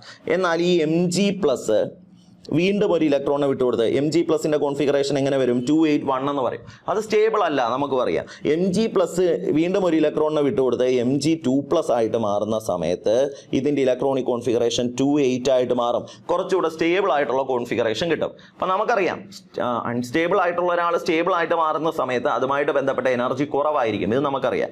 പക്ഷേ ഇതിൻ്റെ അയണൈസേഷൻ എൻതാൽപ്പി വാല്യൂ എത്രയാണ് നോക്കിയാൽ ഏകദേശം 15.6 ഇലക്ട്രോൺ വോൾട്ട് എന്നാണ് കിട്ടുന്നത്. ഓക്കെ, അപ്പോൾ ഈ വാല്യൂ ഒന്നും നിങ്ങൾ പഠിക്കണ്ട. പക്ഷെ മക്കളെ എപ്പോഴും അറിയുക അയണൈസേഷൻ എൻതാൽപ്പിയുടെ ഓർഡർ ഇങ്ങനെ തന്നെയാണ്. സ്റ്റെബിലിറ്റി എന്ന് പറയുന്ന ഒരു ഫാക്ടർ നിങ്ങൾ അതിലോട്ട് കൊണ്ടുവന്നാൽ മറ്റാളുകളുമായിട്ട് കമ്പയർ ചെയ്യുന്ന സമയത്ത് ഇപ്പം ഞാൻ നിങ്ങളുടെ അടുത്ത് പറയുന്നു second ionization enthalpy of sodium is greater than the second ionization enthalpy of magnesium. അവിടെ നിങ്ങൾക്ക് ഈ സ്റ്റെബിലിറ്റി എന്ന് പറയുന്ന ഫാക്ടറിനെ അങ്ങോട്ട് ഇൻട്രൊഡ്യൂസ് ചെയ്യാം. പക്ഷെ ഒരിക്കലും അല്ലാത്ത കേസിൽ, നോർമൽ കേസിൽ എപ്പോഴും ഇങ്ങനെ തന്നെയാണ്. ഫസ്റ്റ് അയണൈസേഷൻ എൻതാൽപ്പി അതിനെ കഴിയും വലുതായിരിക്കും, സെക്കൻഡ് അയണൈസേഷൻ എൻതാൽപ്പി അതിനെ കഴിയും വലുതായിരിക്കും, തേർഡ് അയണൈസേഷൻ എൻതാൽപ്പി. അപ്പോൾ ചോദിച്ചിരിക്കുന്ന ചോദ്യം which of the following element has second ionization enthalpy less than first ionisation enthalpy. ഈ തന്നിരിക്കുന്ന ഒരു എലമെന്റിലും അങ്ങനെ ഇല്ല. മഗ്നീഷ്യത്തിനും ഇല്ല, നിയോണിലും ഇല്ല, കാർബണിലും ഇല്ല. മഗ്നീഷ്യത്തിന്റെ കേസിൽ നിങ്ങൾക്കൊരു ഡൗട്ട് വരാൻ സാധ്യത ഉണ്ടായോണ്ടാ ഞാൻ ഇങ്ങനെ പറഞ്ഞത്. അങ്ങനെ നമുക്ക് കൺസിഡർ ചെയ്യാം. സ്റ്റെബിലിറ്റി കൂടുമ്പോൾ എനർജി കുറവായിരിക്കും എന്ന് കൺസിഡർ ചെയ്യാം. പക്ഷേ രണ്ടാളുകളെ തമ്മിൽ കമ്പയർ ചെയ്യുന്ന സമയത്ത് ഇപ്പോൾ മഗ്നീഷ്യത്തിന്റെ സെക്കൻഡ് അയണൈസേഷൻ എൻതാൽപ്പിയും സോഡിയത്തിന്റെ സെക്കൻഡ് അയണൈസേഷൻ എൻതാൽപ്പിയും കമ്പയർ ചെയ്യുന്ന സമയത്ത് നിങ്ങൾക്ക് പറയാം മഗ്നീഷ്യത്തിന്റെ സെക്കൻഡ് അയണൈസേഷൻ എൻതാൽപ്പി കുറവായിരിക്കും സോഡിയത്തിനെ കഴി. അങ്ങനെയാണ് നമ്മൾ പറഞ്ഞത്. ഓക്കെ ആണ്. So none of the given atom, none of the given element have second ionization potential less than first ionization potential. The order of ionization potential will be always ഏറ്റവും കുറവ് first, അത് കഴിഞ്ഞ് സെക്കൻഡ്, അത് കഴിഞ്ഞ് third. ഇങ്ങനെ തന്നെ ആയിരിക്കും. Okay ആണ്. സോ ഓപ്ഷൻ 4 ആണ് നമ്മുടെ കറക്റ്റ് ആൻസർ. ഡൗട്ട് ഇല്ലല്ലോ, കാര്യം ക്ലിയർ അല്ലേ? അടുത്തൊരു ക്വസ്റ്റ്യനിലോട്ട് പോവാം. മക്കളെ അടുത്ത ക്വസ്റ്റ്യൻ നോക്കാം. Compare to the first ionisation potential the value of second ionisation potential of an element is greater. First ionisation പൊട്ടൻഷ്യലുമായിട്ട് കമ്പയർ ചെയ്യാൻ നേരം ഒരു എലമെന്റിന്റെ സെക്കൻഡ് അയണൈസേഷൻ പൊട്ടൻഷ്യൽ എന്തായിരിക്കും? ഗ്രേറ്റർ ആയിരിക്കും. ഡബിൾ എന്നൊന്നും പറയരുത്. അത് നമ്മൾ മഗ്നീഷ്യത്തിന്റെ കേസിൽ എടുക്കാൻ നേരം ഏകദേശം ഇരട്ടിയായിട്ട് വരുന്നതൊക്കെ തോന്നും. പക്ഷേ എല്ലാ എലമെന്റുകളുടെ കേസിലും അങ്ങനല്ല. അതുകൊണ്ട് തന്നെ ഗ്രേറ്റർ ആയിരിക്കും, കൂടുതലായിരിക്കും നിങ്ങൾ പറഞ്ഞാൽ മതി. സ്മോൾ, നെഗ്ലിജിബിൾ അങ്ങനെയുള്ളതിനെ പറ്റിയൊന്നും ചിന്തിക്കുകയേ വേണ്ട. ഡബിൾ എന്ന് പറയുന്ന ഇവിടെ ഞാനിപ്പോൾ മഗ്നീഷ്യത്തിന്റെ എക്സാമ്പിൾ കണ്ടപ്പോൾ നിങ്ങൾക്ക് അങ്ങനെ ഒരു ഡൗട്ട് തോന്നിയേക്കാം. അതുകൊണ്ട് പറഞ്ഞാണ് ഡബിൾ എന്നൊന്നും എടുത്തു കളയരുത്, ഗ്രേറ്റർ എന്ന രീതിയിൽ വേണം പറയാൻ. ഓക്കെ, സോ ഓപ്ഷൻ 3 ആണ് നമ്മുടെ കറക്റ്റ് ആൻസർ. ഓക്കെ അല്ലേ? അടുത്തൊരു ക്വസ്റ്റ്യനിലോട്ട് പോവാം. മക്കളെ അടുത്ത question, the energy needed to remove 1 electron from unipositive ion is abbreviated as. എൻ്റെ കയ്യിലൊരു യൂണി പോസിറ്റീവ് അയോൺ ഉണ്ട്, ഇതിൽ നിന്നൊരു ഇലക്ട്രോണിനെ പുറത്തിറക്കണം. അപ്പോൾ ഇതെന്തായിട്ട് മാറും? ഒരു ഡൈ പോസിറ്റീവ് അയോൺ ആയിട്ട് മാറും. ഇതിന് വേണ്ട എനർജിയാണ് നമ്മൾ എന്തെന്ന് വിളിക്കുന്നത്? സെക്കൻഡ് അയണൈസേഷൻ എൻതാൽപ്പി അല്ലെങ്കിൽ സെക്കൻഡ് അയണൈസേഷൻ പൊട്ടൻഷ്യൽ എന്ന് വിളിക്കുന്നത്. മക്കളെ സെക്കൻഡ് അയണൈസേഷൻ പൊട്ടൻഷ്യൽ ദാ ഓപ്ഷൻ 3 ഇങ്ങനെ ഇരിപ്പുണ്ട്. അപ്പോൾ നമുക്ക് പറയാം ഓപ്ഷൻ 3 ആണ് നമ്മുടെ കറക്റ്റ് ആൻസർ എന്ന്. കാര്യം എന്താ? യൂണി പോസിറ്റീവ് അയോൺ, ഒരു പോസിറ്റീവ് ചാർജ് ഉള്ള അയോണിൽ നിന്ന് ഒരു ഇലക്ട്രോണിനെ പുറത്തിറക്കുന്നു. അപ്പം മൊത്തത്തിൽ ആദ്യമേ ഒരു ആറ്റത്തിൻ്റെ അതിൽ നിന്ന് ഒരു ഇലക്ട്രോണിനെ പുറത്തിറക്കുമ്പോഴല്ലേ നമുക്ക് യൂണി പോസിറ്റീവ് അയോൺ കിട്ടുന്നത്. ആ യൂണി പോസിറ്റീവ് അയോണിൽ നിന്ന് വീണ്ടും ഒരു ഇലക്ട്രോണിനെ പുറത്തിറക്കുന്നു. അപ്പോൾ 2 ഇലക്ട്രോൺ മൊത്തത്തിൽ പുറത്തിറങ്ങി. അപ്പോൾ നമുക്ക് പറയാം അതിൻ്റെ എനർജി എന്താ? Second ionization enthalpy, second ionisation potential എന്ന് പറയാം. ഓപ്ഷൻ 3 ആണ് നമ്മുടെ കറക്റ്റ് ആൻസർ. കിട്ടിയോ? ഓക്കെ അല്ലേ? അടുത്തൊരു ക്വസ്റ്റ്യൻ നോക്കാം നമുക്ക്. എന്താ അടുത്ത ക്വസ്റ്റ്യൻ? എന്ത് ചെയ്യേ? Okay, consider the following ionisation reaction. കുറച്ച് റിയാക്ഷനുകൾ തന്നിട്ടുണ്ട്. Correct order of ionisation energies. നിങ്ങൾക്ക് ഒരു ഡൗട്ടും വരേണ്ട ആവശ്യമില്ല. ഇത് A1 ഫസ്റ്റ് അയണൈസേഷൻ എൻതാൽപ്പിയാണ്, A2 സെക്കൻഡ് അയണൈസേഷൻ എൻതാൽപ്പിയാണ്, A3 തേർഡ് അയണൈസേഷൻ എൻതാൽപ്പിയാണെങ്കിൽ A1നെ കഴിയും വലുതായിരിക്കും A2, A2നെ കഴിയും വലുതായിരിക്കും A3. ഇതാണ് അവരുടെ അയണൈസേഷൻ എൻതാൽപ്പിയുടെ ഓർഡർ. ഓക്കെ ആണേ? ക്ലിയർ ആണേ? അപ്പോൾ A1, A2, A3 എന്ന് പറയുന്ന ഓപ്ഷൻ 3 ഇവിടെ ഉണ്ട്. ഓപ്ഷൻ 3 ആണ് നമ്മുടെ കറക്റ്റ് ആൻസർ. ഓക്കെ അല്ലേ? അയണൈസേഷൻ എൻതാൽപ്പിയുമായിട്ട് ബന്ധപ്പെട്ട ചോദ്യങ്ങളാ. അപ്പോൾ അടുത്തൊരു ക്വസ്റ്റ്യനിലോട്ട് നോക്കാം. മക്കളെ നമ്മുടെ അടുത്ത ക്വസ്റ്റ്യൻ എന്താ? Which of the following element have highest value of ionization energy? താഴെ തന്നിരിക്കുന്നതിൽ അയണൈസേഷൻ എൻതാൽപ്പി വാല്യൂ കൂടുതൽ ആർക്കാണ്? നമുക്കറിയാം എപ്പോഴും ഒരു ഗ്രൂപ്പിൽ മുകളിൽ നിന്ന് താഴോട്ട് വരുമ്പോൾ ഒരു ഗ്രൂപ്പിൽ മുകളിൽ നിന്ന് താഴോട്ട് വരുമ്പോൾ അയണൈസേഷൻ എൻതാൽപ്പി കുറയും. കാര്യം എന്താ? ആറ്റത്തിൻ്റെ സൈസ് ഓഫ് ആറ്റം കൂടുന്നതാണ് റീസൺ. ഇനി ഒരു പീരീഡിൽ നമ്മൾ ലെഫ്റ്റിൽ നിന്ന് റൈറ്റിലോട്ട് പോകുമ്പോൾ അയണൈസേഷൻ എൻതാൽപ്പി കൂടും. കാര്യം എന്താ? ന്യൂക്ലിയർ ചാർജ് കൂടുന്നതാണ് അതിൻ്റെ പുറകിലുള്ള കാരണം. ഇത് രണ്ടും നമുക്കറിയാവുന്ന കാര്യമാണ്. ഓക്കെ, അപ്പോൾ ആ രീതിയിൽ ചിന്തിക്കുകയാണെങ്കിൽ ടൈറ്റാനിയം, സിർക്കോണിയം, ഹാഫ്നിയം പീരിയോഡിക് ടേബിളിലെ 4ാമത്തെ ഗ്രൂപ്പിലെ എലമെൻറ്റാണ്. Titanium, zirconium, hafnium. ഓക്കെ ആണേ. അപ്പോൾ നമ്മൾ എന്താ ചെയ്യും? ജനറൽ രീതിയിൽ മുകളിൽ നിന്ന് താഴോട്ട് വരുമ്പോൾ അയണൈസേഷൻ എൻതാൽപ്പി കുറയുന്നു. അപ്പോൾ highest value of ionisation enthalpy എന്ന് പറയുന്നത് നമ്മൾ ആരെങ്ങ് എഴുതും? ടൈറ്റാനിയം അങ്ങ് എഴുതും. പക്ഷേ തെറ്റിപ്പോവും. കാര്യം എന്താണെന്ന് പറഞ്ഞുതരാം. നമുക്കറിയാം ടൈറ്റാനിയം, സിർക്കോണിയം, ഹാഫ്നിയം ഈ പറയുന്ന ആളുകളെ എടുക്കുമ്പോഴത്തേക്കും ടൈറ്റാനിയം അറ്റോമിക് സൈസ് കുറവാണ്. ഓക്കെ, എന്നിട്ട് ഈ സിർക്കോണിയോ ഹാഫ്നിയോ വരുമ്പോഴത്തേക്കും 4D 5D സീരീസിൽ ഇരിക്കുന്ന എലമെന്റുകളല്ലേ. ലാന്തനൈഡ് കൺട്രാക്ഷൻ എന്ന് പറയുന്ന ഒരു കാര്യത്തിനെ പറ്റി നമ്മളിവിടെ ഓർക്കണം. കാര്യം എന്താ? ലാന്തനൈഡ് കൺട്രാക്ഷൻ മൂലം both of them have almost similar size. ഈ സിർക്കോണിയത്തിൻ്റെയും ഹാഫ്നിയത്തിൻ്റെയും കേസിൽ ഇവർക്ക് ഏകദേശം ഒരുപോലത്തെ സൈസാണുള്ളത്. അപ്പോൾ ഈ ഹാഫ്നിയത്തിൻ്റെ കേസിൽ നോർമലി ഒരു 6ാമത്തെ പീരീഡിലിരിക്കുന്ന എലമെന്റുമായിട്ട് കമ്പയർ ചെയ്യുമ്പോൾ അതിനെ കഴിയും സൈസ് കുറവാണ് ആർക്ക് വരുന്നത്? ഹാഫ്നിയത്തിന് വരുന്നത്. എന്നാൽ അവരുടെ ന്യൂക്ലിയർ ചാർജ് കൂടുതലാണ്. മക്കളെ, സൈസ് കുറവാ, ന്യൂക്ലിയർ ചാർജ് കൂടുതലാണ്. തീർച്ചയായിട്ടും ഇത് ആരെ ബാധിക്കും? അയണൈസേഷൻ എൻതാൽപ്പിയെ ബാധിക്കും. അങ്ങനെ അയണൈസേഷൻ എൻതാൽപ്പിയെ ബാധിക്കുന്നത് കൊണ്ട് തന്നെ നമുക്ക് പറയാം ഈ കൂട്ടത്തിൽ ഏറ്റവും കൂടുതൽ അയണൈസേഷൻ എൻതാൽപ്പി കാണിക്കുന്ന ആരാന്ന് വെച്ചാൽ അത് ആരായിരിക്കും? ഹാഫ്നിയം ആയിരിക്കും. കാര്യം എന്താ? Lanthanide contraction. ഇതിന്റെ പിന്നിലെ റീസൺ ലാന്തനൈഡ് കൺട്രാക്ഷനാണ്. മകളെ, പൊതുവെ ഗ്രൂപ്പിൽ മുകളിൽ നിന്ന് താഴോട്ട് വരുമ്പോൾ അയണൈസേഷൻ എൻതാൽപ്പി കുറയുക ചെയ്യുന്ന കാര്യം ആറ്റത്തിന്റെ സൈസ് കൂടുന്നുണ്ട്. എന്നാൽ ഇവിടെ ആറ്റത്തിന്റെ സൈസ് അങ്ങനെയാണോ? ന്യൂക്ലിയർ ചാർജ് കൂടുന്നുണ്ട്. ഇലക്ട്രോണിന്റെ എണ്ണം കൂടുമ്പോൾ തീർച്ചയായിട്ടും ന്യൂക്ലിയർ ചാർജ് കൂടും, അറ്റോമിക് നമ്പർ കൂടുന്നതിന്റെ ഫലമായിട്ട്. എന്നാൽ ഈ അറ്റോമിക് നമ്പർ കൂടിയ, ഇലക്ട്രോൺ കൂടിയ, പ്രോട്ടോൺ ന്യൂക്ലിയർ ചാർജ് കൂടിയ നമ്മൾ ഹാഫ്നിയത്തിനെ എടുക്കുകയാണെങ്കിൽ ഹാഫ്നിയത്തിന്റെ സൈസ് വളരെ കുറവാണ്. അതുകൊണ്ട് തന്നെ ഹാഫ്നിയത്തിന്റെ ന്യൂക്ലിയസ് എന്ത് ചെയ്യും? അതിനകത്തിരിക്കുന്ന ഔട്ടർ മോസ്റ്റ് ഷെല്ലിൽ ഇരിക്കുന്ന ഇലക്ട്രോണെ നല്ല ശക്തിയിൽ പിടിച്ചു വയ്ക്കും. നല്ല ശക്തിയിൽ പിടിച്ചു വെച്ച് കഴിഞ്ഞാൽ ആ ഇലക്ട്രോണിനെ പുറത്തെടുക്കാൻ നമ്മൾ തോനെ എനർജി കൊടുക്കേണ്ടി വരും. അതിന്റെ അർത്ഥം എന്താ? അവരുടെ അയണൈസേഷൻ എൻതാൽപ്പി കൂടുതലായിരിക്കും. ഇത്രയേ ഉള്ളൂ. സോ നമുക്ക് പറയാം which of the following element has highest value of ionisation enthalpy? തെറ്റിപ്പോവരുത്, അത് ആരാണ്? ഹാഫ്നിയമാണ്. ഓക്കെ, ഓപ്ഷൻ 3 ആണ് നമ്മുടെ കറക്റ്റ് ആൻസർ. ജനറൽ കേസ് ഇങ്ങനെ തന്നെ, അതിന് മാറ്റമൊന്നുമില്ല. ഇത് ജനറൽ കേസിൽ നിന്ന് വരുന്ന ഒരു എക്സെപ്ഷനാണ്. ഓക്കെ ആണേ. അടുത്തൊരു ക്വസ്റ്റ്യനിലോട്ട് പോവാം. അടുത്ത ക്വസ്റ്റ്യൻ എന്താ നോക്കാം. Ionization potential of isotope of an element will be. മക്കളെ, ആരെ ഐസോടോപ്പ് എന്ന് വിളിക്കുന്നത്? ഐസോടോപ്പ് സെയിം അറ്റോമിക് നമ്പരും ഡിഫറൻറ്റ് മാസ് നമ്പറുള്ള ആളുകളെയാണ് നമ്മൾ ഐസോടോപ്പ് എന്ന് വിളിക്കുന്നത്. ഒരേ അറ്റോമിക് നമ്പരും വ്യത്യസ്ത മാസ് നമ്പരും വരുന്ന ആളുകളെയാണ് നമ്മൾ എന്തെന്ന് വിളിക്കുന്നത്? ഐസോടോപ്പ് എന്ന് വിളിക്കുന്നത്. മക്കളെ, അറ്റോമിക് നമ്പർ സെയിം എന്ന് പറഞ്ഞാൽ ഐസോടോപ്പുകളുടെ കേസിൽ they have same number of electron, same number of proton and different number of neutrons. ന്യൂട്രോണുകളുടെ എണ്ണത്തിലായിരിക്കും അവിടെ വ്യത്യാസം. ഈ ന്യൂട്രോൺ ചാർജ് ഇല്ലാത്ത ഒരാളാണ്. തീർച്ചയായിട്ടും ഐസോടോപ്പുകളുടെ മാസിൽ വ്യത്യാസമുണ്ട്, ഇല്ലെന്ന് നമ്മൾ പറയുന്നില്ല. പക്ഷെ ഒരിക്കലും അവരുടെ ന്യൂക്ലിയർ ചാർജിനൊന്നും വലിയ വ്യത്യാസം കാണത്തില്ല. അത് നിങ്ങൾ ഓർക്കുക. അപ്പോൾ ന്യൂക്ലിയർ ചാർജിൽ വ്യത്യാസം ഇല്ലാത്തത് കൊണ്ട് തന്നെ ഏതൊരു ഐസോടോപ്പ് എടുത്താലും, ഇപ്പോൾ എ എന്ന് പറയുന്ന ഒരു എലമെന്റ്, എക്ക് 2 ഐസോടോപ്പുകൾ ഉണ്ടെന്നിരിക്കട്ടെ, എയുടെ 2 ഐസോടോപ്പുകളുടെ കേസിലും എയുടെ ന്യൂക്ലിയസ് ഇലക്ട്രോണിനെ അട്രാക്ട് ചെയ്യുന്നത് ഒരേ അട്രാക്ഷൻ വഴി തന്നെയാണ്. അതുകൊണ്ട് തന്നെ നമുക്ക് പറയാം അയണൈസേഷൻ എൻതാൽപ്പിക്ക് വ്യത്യാസമില്ല, അത് സെയിം ആയിരിക്കും. ക്ലിയർ ആണോ? ഓക്കെ ആണോ? നല്ലൊരു ക്വസ്റ്റ്യനാ, ശ്രദ്ധിച്ച് മനസ്സിലാക്കണം. ഇതാ നോക്കിക്കേ, ഐസോടോപ്പ് എന്ന് വെച്ചാൽ ആരാ? ഒരേ അറ്റോമിക് നമ്പരും വ്യത്യസ്ത മാസ് നമ്പരും വരുന്ന ആളുകളാ. മാസ് നമ്പർ വ്യത്യാസം, അവരുടെ അറ്റോമിക് മാസ് വ്യത്യാസം, കാര്യങ്ങളെല്ലാം വ്യത്യാസമാണ്. ന്യൂക്ലിയസിനകത്തുള്ള ന്യൂട്രോണിന്റെ എണ്ണവും വ്യത്യാസമാണ്. പക്ഷെ ന്യൂട്രോൺ ചാർജ് ഇല്ലാത്ത ആളല്ലേ. ന്യൂട്രോൺ അതിന്റെ ന്യൂക്ലിയർ ചാർജ് കൂട്ടാൻ വല്ലതും പറ്റുമോ? പറ്റത്തില്ല. ന്യൂക്ലിയസ് ആണല്ലോ ഈ പറയുന്ന ഇലക്ട്രോണിനെ അട്രാക്ട് ചെയ്യുന്നത്. ന്യൂക്ലിയർ ചാർജിന് വേരിയേഷൻ വന്നാലോ ആറ്റത്തിന്റെ സൈസിന് വേരിയേഷൻ വന്നാലോ നമുക്ക് പറയാം ഓക്കെ അയണൈസേഷൻ എൻതാൽപ്പിയിൽ മാറ്റം വരും. എന്നാൽ ഇവിടെ അങ്ങനെയുള്ള മാറ്റമൊന്നും വരുന്നില്ലല്ലോ മക്കളെ. അതുകൊണ്ട് തന്നെ നമുക്ക് പറയാം എന്താണ് അവരുടെ ionization potential for isotopes of an element will be C. Option 1 ആണ് നമ്മുടെ കറക്റ്റ് ആൻസർ. കിട്ടിയോ? ഓക്കെ അല്ലേ? അടുത്തൊരു ക്വസ്റ്റ്യനിലോട്ട് പോവാം. അടുത്ത ക്വസ്റ്റ്യൻ നോക്കാം. Least ionization potential will be of. മക്കളെ ബെർലിയം അറ്റോമിക് നമ്പർ 4 ആണ്. ബെർലിയത്തിൽ നിന്ന് 3 ഇലക്ട്രോൺ പോയി കഴിഞ്ഞാൽ ഇതിനകത്ത് ഇപ്പോൾ എത്ര ഇലക്ട്രോൺ ഉണ്ട്? 1 electron. Hydrogen 1 electron. Lithium atomic number 3 ആണ്. ലിഥിയത്തിൽ നിന്ന് 2 ഇലക്ട്രോൺ പോയാൽ വീണ്ടും 1 ഇലക്ട്രോൺ. ഹീലിയം അറ്റോമിക് നമ്പർ 2 ആണ്. 1 ഇലക്ട്രോൺ പോയാൽ 1 ഇലക്ട്രോൺ. അപ്പോൾ ഇതെല്ലാം 1 ഇലക്ട്രോൺ ഉള്ള ആളുകളാണ്. ഇവരെല്ലാവരെയും നമുക്ക് എന്തെന്ന് വിളിക്കാം? ഐസോ ഇലക്ട്രോണിക് സ്പീഷീസ് എന്ന് വിളിക്കാം. ഇവരെല്ലാവരും എന്തിന് എക്സാമ്പിളാണ്? ഐസോ ഇലക്ട്രോണിക് സ്പീഷീസുകളാണ്. മക്കളെ ഐസോ ഇലക്ട്രോണിക് സ്പീഷീസുകളുടെ കേസിൽ എപ്പോഴും ഓർക്കുക, ionization enthalpy is directly proportional to charge, positive charge. ഇവരുടെ മുകളിലുള്ള പോസിറ്റീവ് ചാർജിന് ഡയറക്ട്ലി പ്രൊപ്പോർഷണൽ ആയിരിക്കും എന്ത്? Ionization enthalpy. മുകളിലുള്ള പോസിറ്റീവ് ചാർജ് കൂടുന്നതിനനുസരിച്ച് ഇവരുടെ അയണൈസേഷൻ എൻതാൽപ്പി എന്തായിരിക്കും? കൂടുതലായിരിക്കും. അപ്പോൾ ഈ കൂട്ടത്തിൽ ഏറ്റവും കൂടുതൽ അയണൈസേഷൻ എൻതാൽപ്പി ആർക്കായിരിക്കും? ബെർലിയത്തിൻ്റെ 3+ അയോണിനായിരിക്കും. അതിനെക്കാഴി ഒരു ഇത്തിരി കൂടെ കുറവായിരിക്കും ആർക്ക്? ലിഥിയത്തിൻ്റെ 2+ അയോണ്. അതിനെക്കാഴി ഒരു ഇത്തിരി കൂടെ കുറവായിരിക്കും ആർക്ക്?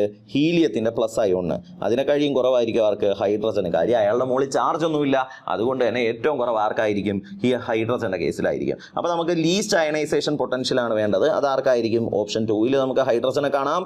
Option 2 will be the correct answer. കിട്ടിയോ? എളുപ്പമല്ലേ? കൺസെപ്റ്റുകൾ ക്ലിയർ ആവുന്നുണ്ടല്ലോ. അടുത്തൊരു ക്വസ്റ്റ്യൻ നോക്കാം നമുക്കെന്നാ. Ionisation potential is influenced by. Ionisation പൊട്ടൻഷ്യലിനെ ഇൻഫ്ലുവൻസ് ചെയ്യുന്ന ഘടകങ്ങൾ എന്തൊക്കെ? Size of atom. തീർച്ചയായിട്ടും ആറ്റത്തിൻ്റെ സൈസ് കൂടുമ്പോൾ അയണൈസേഷൻ എൻതാൽപ്പി കുറയും.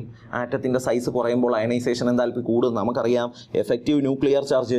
തീർച്ചയായിട്ടും ന്യൂക്ലിയസ് ആണ് ഇലക്ട്രോണുകളെ പിടിച്ചു വയ്ക്കുന്നത്. ന്യൂക്ലിയസിൻ്റെ ശക്തി കൂടിയാൽ തീർച്ചയായിട്ടും ഇലക്ട്രോണുകളെ കൂടുതൽ ശക്തിയിൽ പിടിച്ചു വെച്ചേക്കും. കൂടുതൽ അയണൈസേഷൻ എൻതാൽപ്പി ആവശ്യമായിട്ട് വരും. അതുകൊണ്ട് electron present in inner shell, തീർച്ചയായിട്ടും ഈ ഇന്നർ ഷെല്ലിലുള്ള, അതായത് ഉള്ളിലുള്ള ഷെല്ലിലുള്ള ഇലക്ട്രോണുകൾ എങ്ങനെ അയണൈസേഷൻ എൻതാൽപ്പിയെ ബാധിക്കുന്നതെന്ന് വെച്ചാൽ ഇവർ ന്യൂക്ലിയർ ഫോഴ്സ് ഓഫ് അട്രാക്ഷനെ തടഞ്ഞു നിർത്തും. നിങ്ങൾ ഷീൽഡിംഗ് അല്ലെങ്കിൽ സ്ക്രീനിങ് എഫക്റ്റ് എന്ന് കേട്ടിട്ടുണ്ടല്ലോ.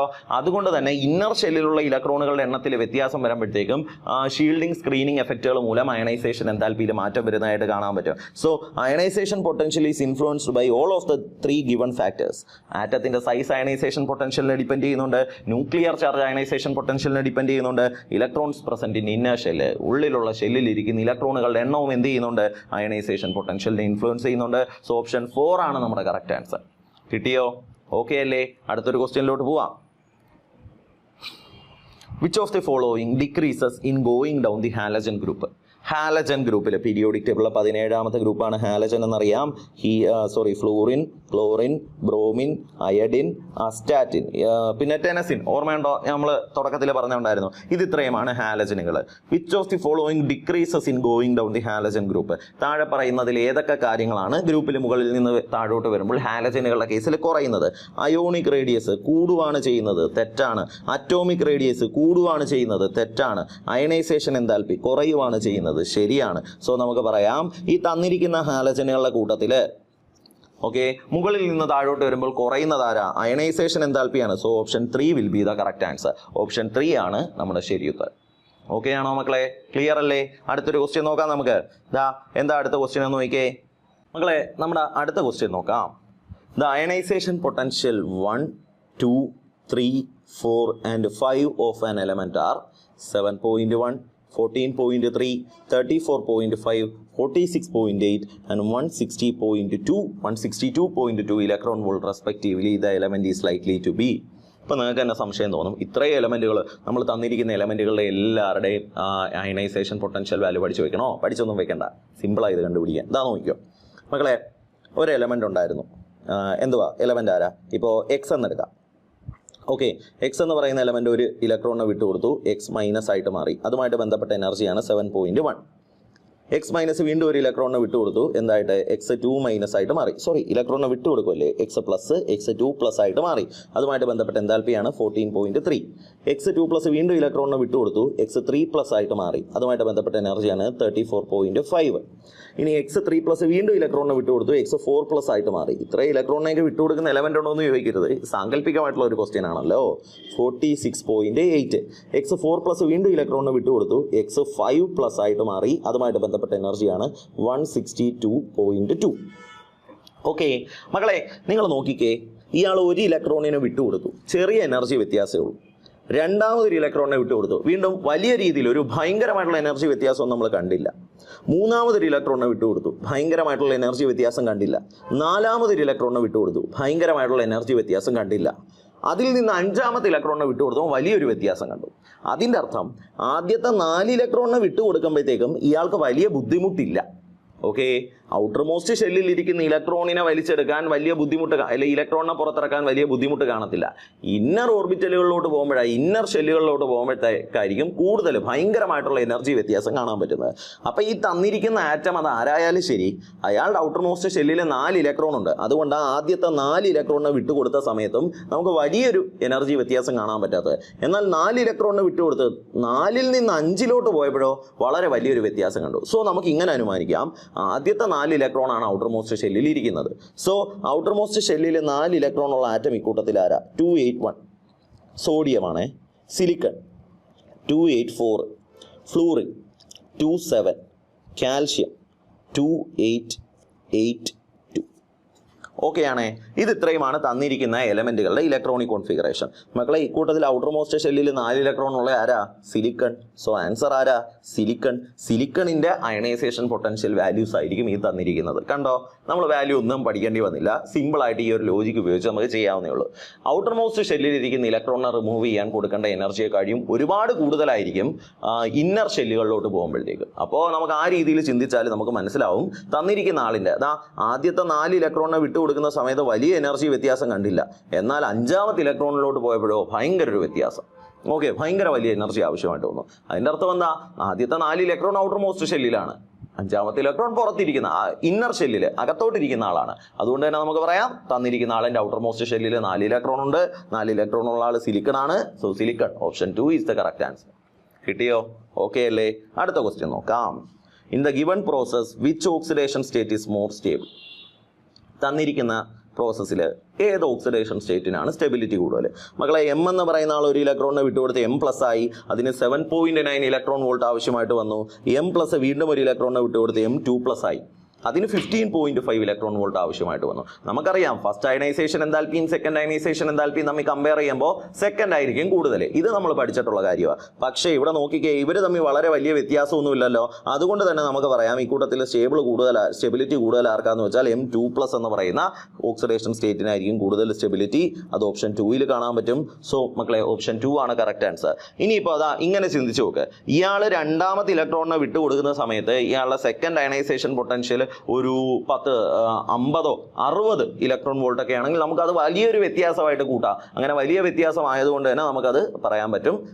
അങ്ങനെ ഒരു കേസ് ആയിരുന്നെങ്കിൽ നമ്മൾ M+ ആണെന്ന് പറഞ്ഞാൽ, ഇവിടെ അങ്ങനെ അല്ലല്ലോ. സോ നമുക്ക് പറയാം ഓപ്ഷൻ 2 ആണ് കറക്റ്റ് ആൻസർ. M2+ ആയിരിക്കും അതിൻ്റെ കൂടുതൽ സ്റ്റേബിൾ ആയിട്ടുള്ള ഓക്സിഡേഷൻ സ്റ്റേറ്റ് എന്ന് പറയാം. അത് ബുക്കുകളിൽ ഇങ്ങനെ കാണാൻ പറ്റും. 11 ഇലക്ട്രോൺ വോൾട്ടിന് മുകളിലാണ് എനർജി വ്യത്യാസമെങ്കിൽ ഓക്കെ, ആ ഓക്സിഡേഷൻ സ്റ്റേറ്റിലെ സ്റ്റെബിലിറ്റി തമ്മിൽ നമ്മളങ്ങനെ 11 ഇലക്ട്രോൺ വോൾട്ടിൽ താഴെയാണ് ഇലക്ട്രോൺ അയണൈസേഷൻ പൊട്ടൻഷ്യൽ എങ്കിൽ വലിയ ഓക്സിഡേഷൻ സ്റ്റേറ്റിനായിരിക്കും സ്റ്റെബിലിറ്റി കൂടുതൽ. അങ്ങനെയൊക്കെ നമുക്ക് കാണാൻ പറ്റും. ഓക്കെ ആണേ. അടുത്തൊരു ക്വസ്റ്റ്യൻ നോക്കാം. അടുത്ത ക്വസ്റ്റ്യൻ എന്താ നോക്ക്. മാച്ച് ദ കോളംസ് തമ്മിൽ മാച്ച് ചെയ്യാൻ. വാലൻസ് ഷെൽ ഇലക്ട്രോണിക് കോൺഫിഗറേഷൻ തന്നിട്ടുണ്ട്, സക്സസീവ് അയണൈസേഷൻ എനർജി തന്നിട്ടുണ്ട്. നേരത്തെ നമ്മൾ ചെയ്ത അതേ ലോജിക്കിൽ ചിന്തിക്കണേ നിങ്ങൾ. സിമ്പിളായിട്ട് കണ്ടുപിടിക്കുക. NS1 ഔട്ടർ മോസ്റ്റ് ഷെല്ലിൽ 1 ഇലക്ട്രോണേ ഉള്ളൂ. അപ്പോൾ ആദ്യത്തെ ഇലക്ട്രോണിനെ വിട്ടുകൊടുക്കാൻ വലിയ എനർജി വ്യത്യാസം കാണും, അല്ലെങ്കിൽ ചെറിയൊരു എനർജി മതി. പിന്നെ അങ്ങോട്ടാകുമ്പോഴോ ഇന്നർ ഷെല്ലിലോട്ട് പോകേണ്ടി വരും. അപ്പോൾ അതിനാവശ്യമുള്ള എനർജി വ്യത്യാസം വളരെ വലുതായിരിക്കും. നിങ്ങളിതാ S നോക്കിക്കേ, ആദ്യത്തെ ഇലക്ട്രോണിനെ വിട്ടുകൊടുക്കാൻ വലിയ എനർജി ആവശ്യമായിട്ട് വന്നില്ല. 1-ൽ നിന്ന് 2-ലോട്ട് പോയപ്പോഴത്തേക്കും വളരെ വലിയ എനർജി വ്യത്യാസം. അതിൻ്റെ അർത്ഥം ഔട്ടർ മോസ്റ്റ് ഷെല്ലിൽ ഒരാളേ ഉള്ളൂ. ഇതാണ് ആര്? A. ഓക്കെ ആണോ? ലോജിക്ക് കിട്ടിയില്ലേ? ഇനി NS2 നമുക്ക് നോക്കാം. NS2 ആദ്യത്തെ ഷെല്ലിൽ 2 ഇലക്ട്രോൺ ഉണ്ട്. 2 ഇലക്ട്രോണിനെ വിട്ടുകൊടുക്കാൻ വലിയ എനർജി ആവശ്യമായിട്ട് വരത്തില്ല. എന്നാൽ മൂന്നാമതൊരു ഇലക്ട്രോണിനെ റിമൂവ് ചെയ്യണമെങ്കിൽ വളരെ വലിയൊരു എനർജി ആവശ്യമായിട്ട് വരും. ഇത് നോക്കിക്കേ, 18, അത് 26 ആയി. കുഴപ്പമില്ല, 2 ഇലക്ട്രോണിനെ വിട്ടുകൊടുക്കാനല്ലേ. മൂന്നാമത്തെ ഇലക്ട്രോണിനെ വിട്ടുകൊടുക്കാൻ 230. 26-ൽ നിന്ന് 230 വളരെ വലിയ വ്യത്യാസമാണ്. സോ നമുക്ക് ഇതാണ് ആര്? B എന്ന് പറയാം. ഓക്കെ ആണേ. NS2 NP1 ഔട്ടർ മോസ്റ്റ് ഷെല്ലിൽ 3 ഇലക്ട്രോൺ. സോ ആദ്യത്തെ 3 വാല്യൂസ് ചെറുതായിരിക്കും, 4-ാമത്തെ വാല്യൂ വലുതായിരിക്കും. ക്ലിയർ ആണോ? NS2 NP2 ഔട്ടർ മോസ്റ്റ് ഷെല്ലിൽ 4 ഇലക്ട്രോൺ. ഓക്കെ, ആദ്യത്തെ 4 വാല്യൂ ചെറുതായിരിക്കും, 5-ാമത്തെ വാല്യൂ വളരെ വലുതായിരിക്കും. D. സിമ്പിളായിട്ട് കണ്ടുപിടിച്ചു. ASBRCQDP. ASBRCQDP option 1. ഓപ്ഷൻ 1 ആണ് നമ്മുടെ കറക്റ്റ് ആൻസർ. കിട്ടിയോ? നമ്മൾ വാല്യൂ ഒന്നും പഠിച്ചിട്ടില്ല, നമ്മൾ സിമ്പിൾ ലോജിക്ക് വെച്ചാൽ ഇത് ചെയ്യുന്നത്. ഓക്കെ, അടുത്തൊരു ക്വസ്റ്റ്യനിലോട്ട് പോവാം. അടുത്ത നോക്ക്, successive ionization energy of an element X is.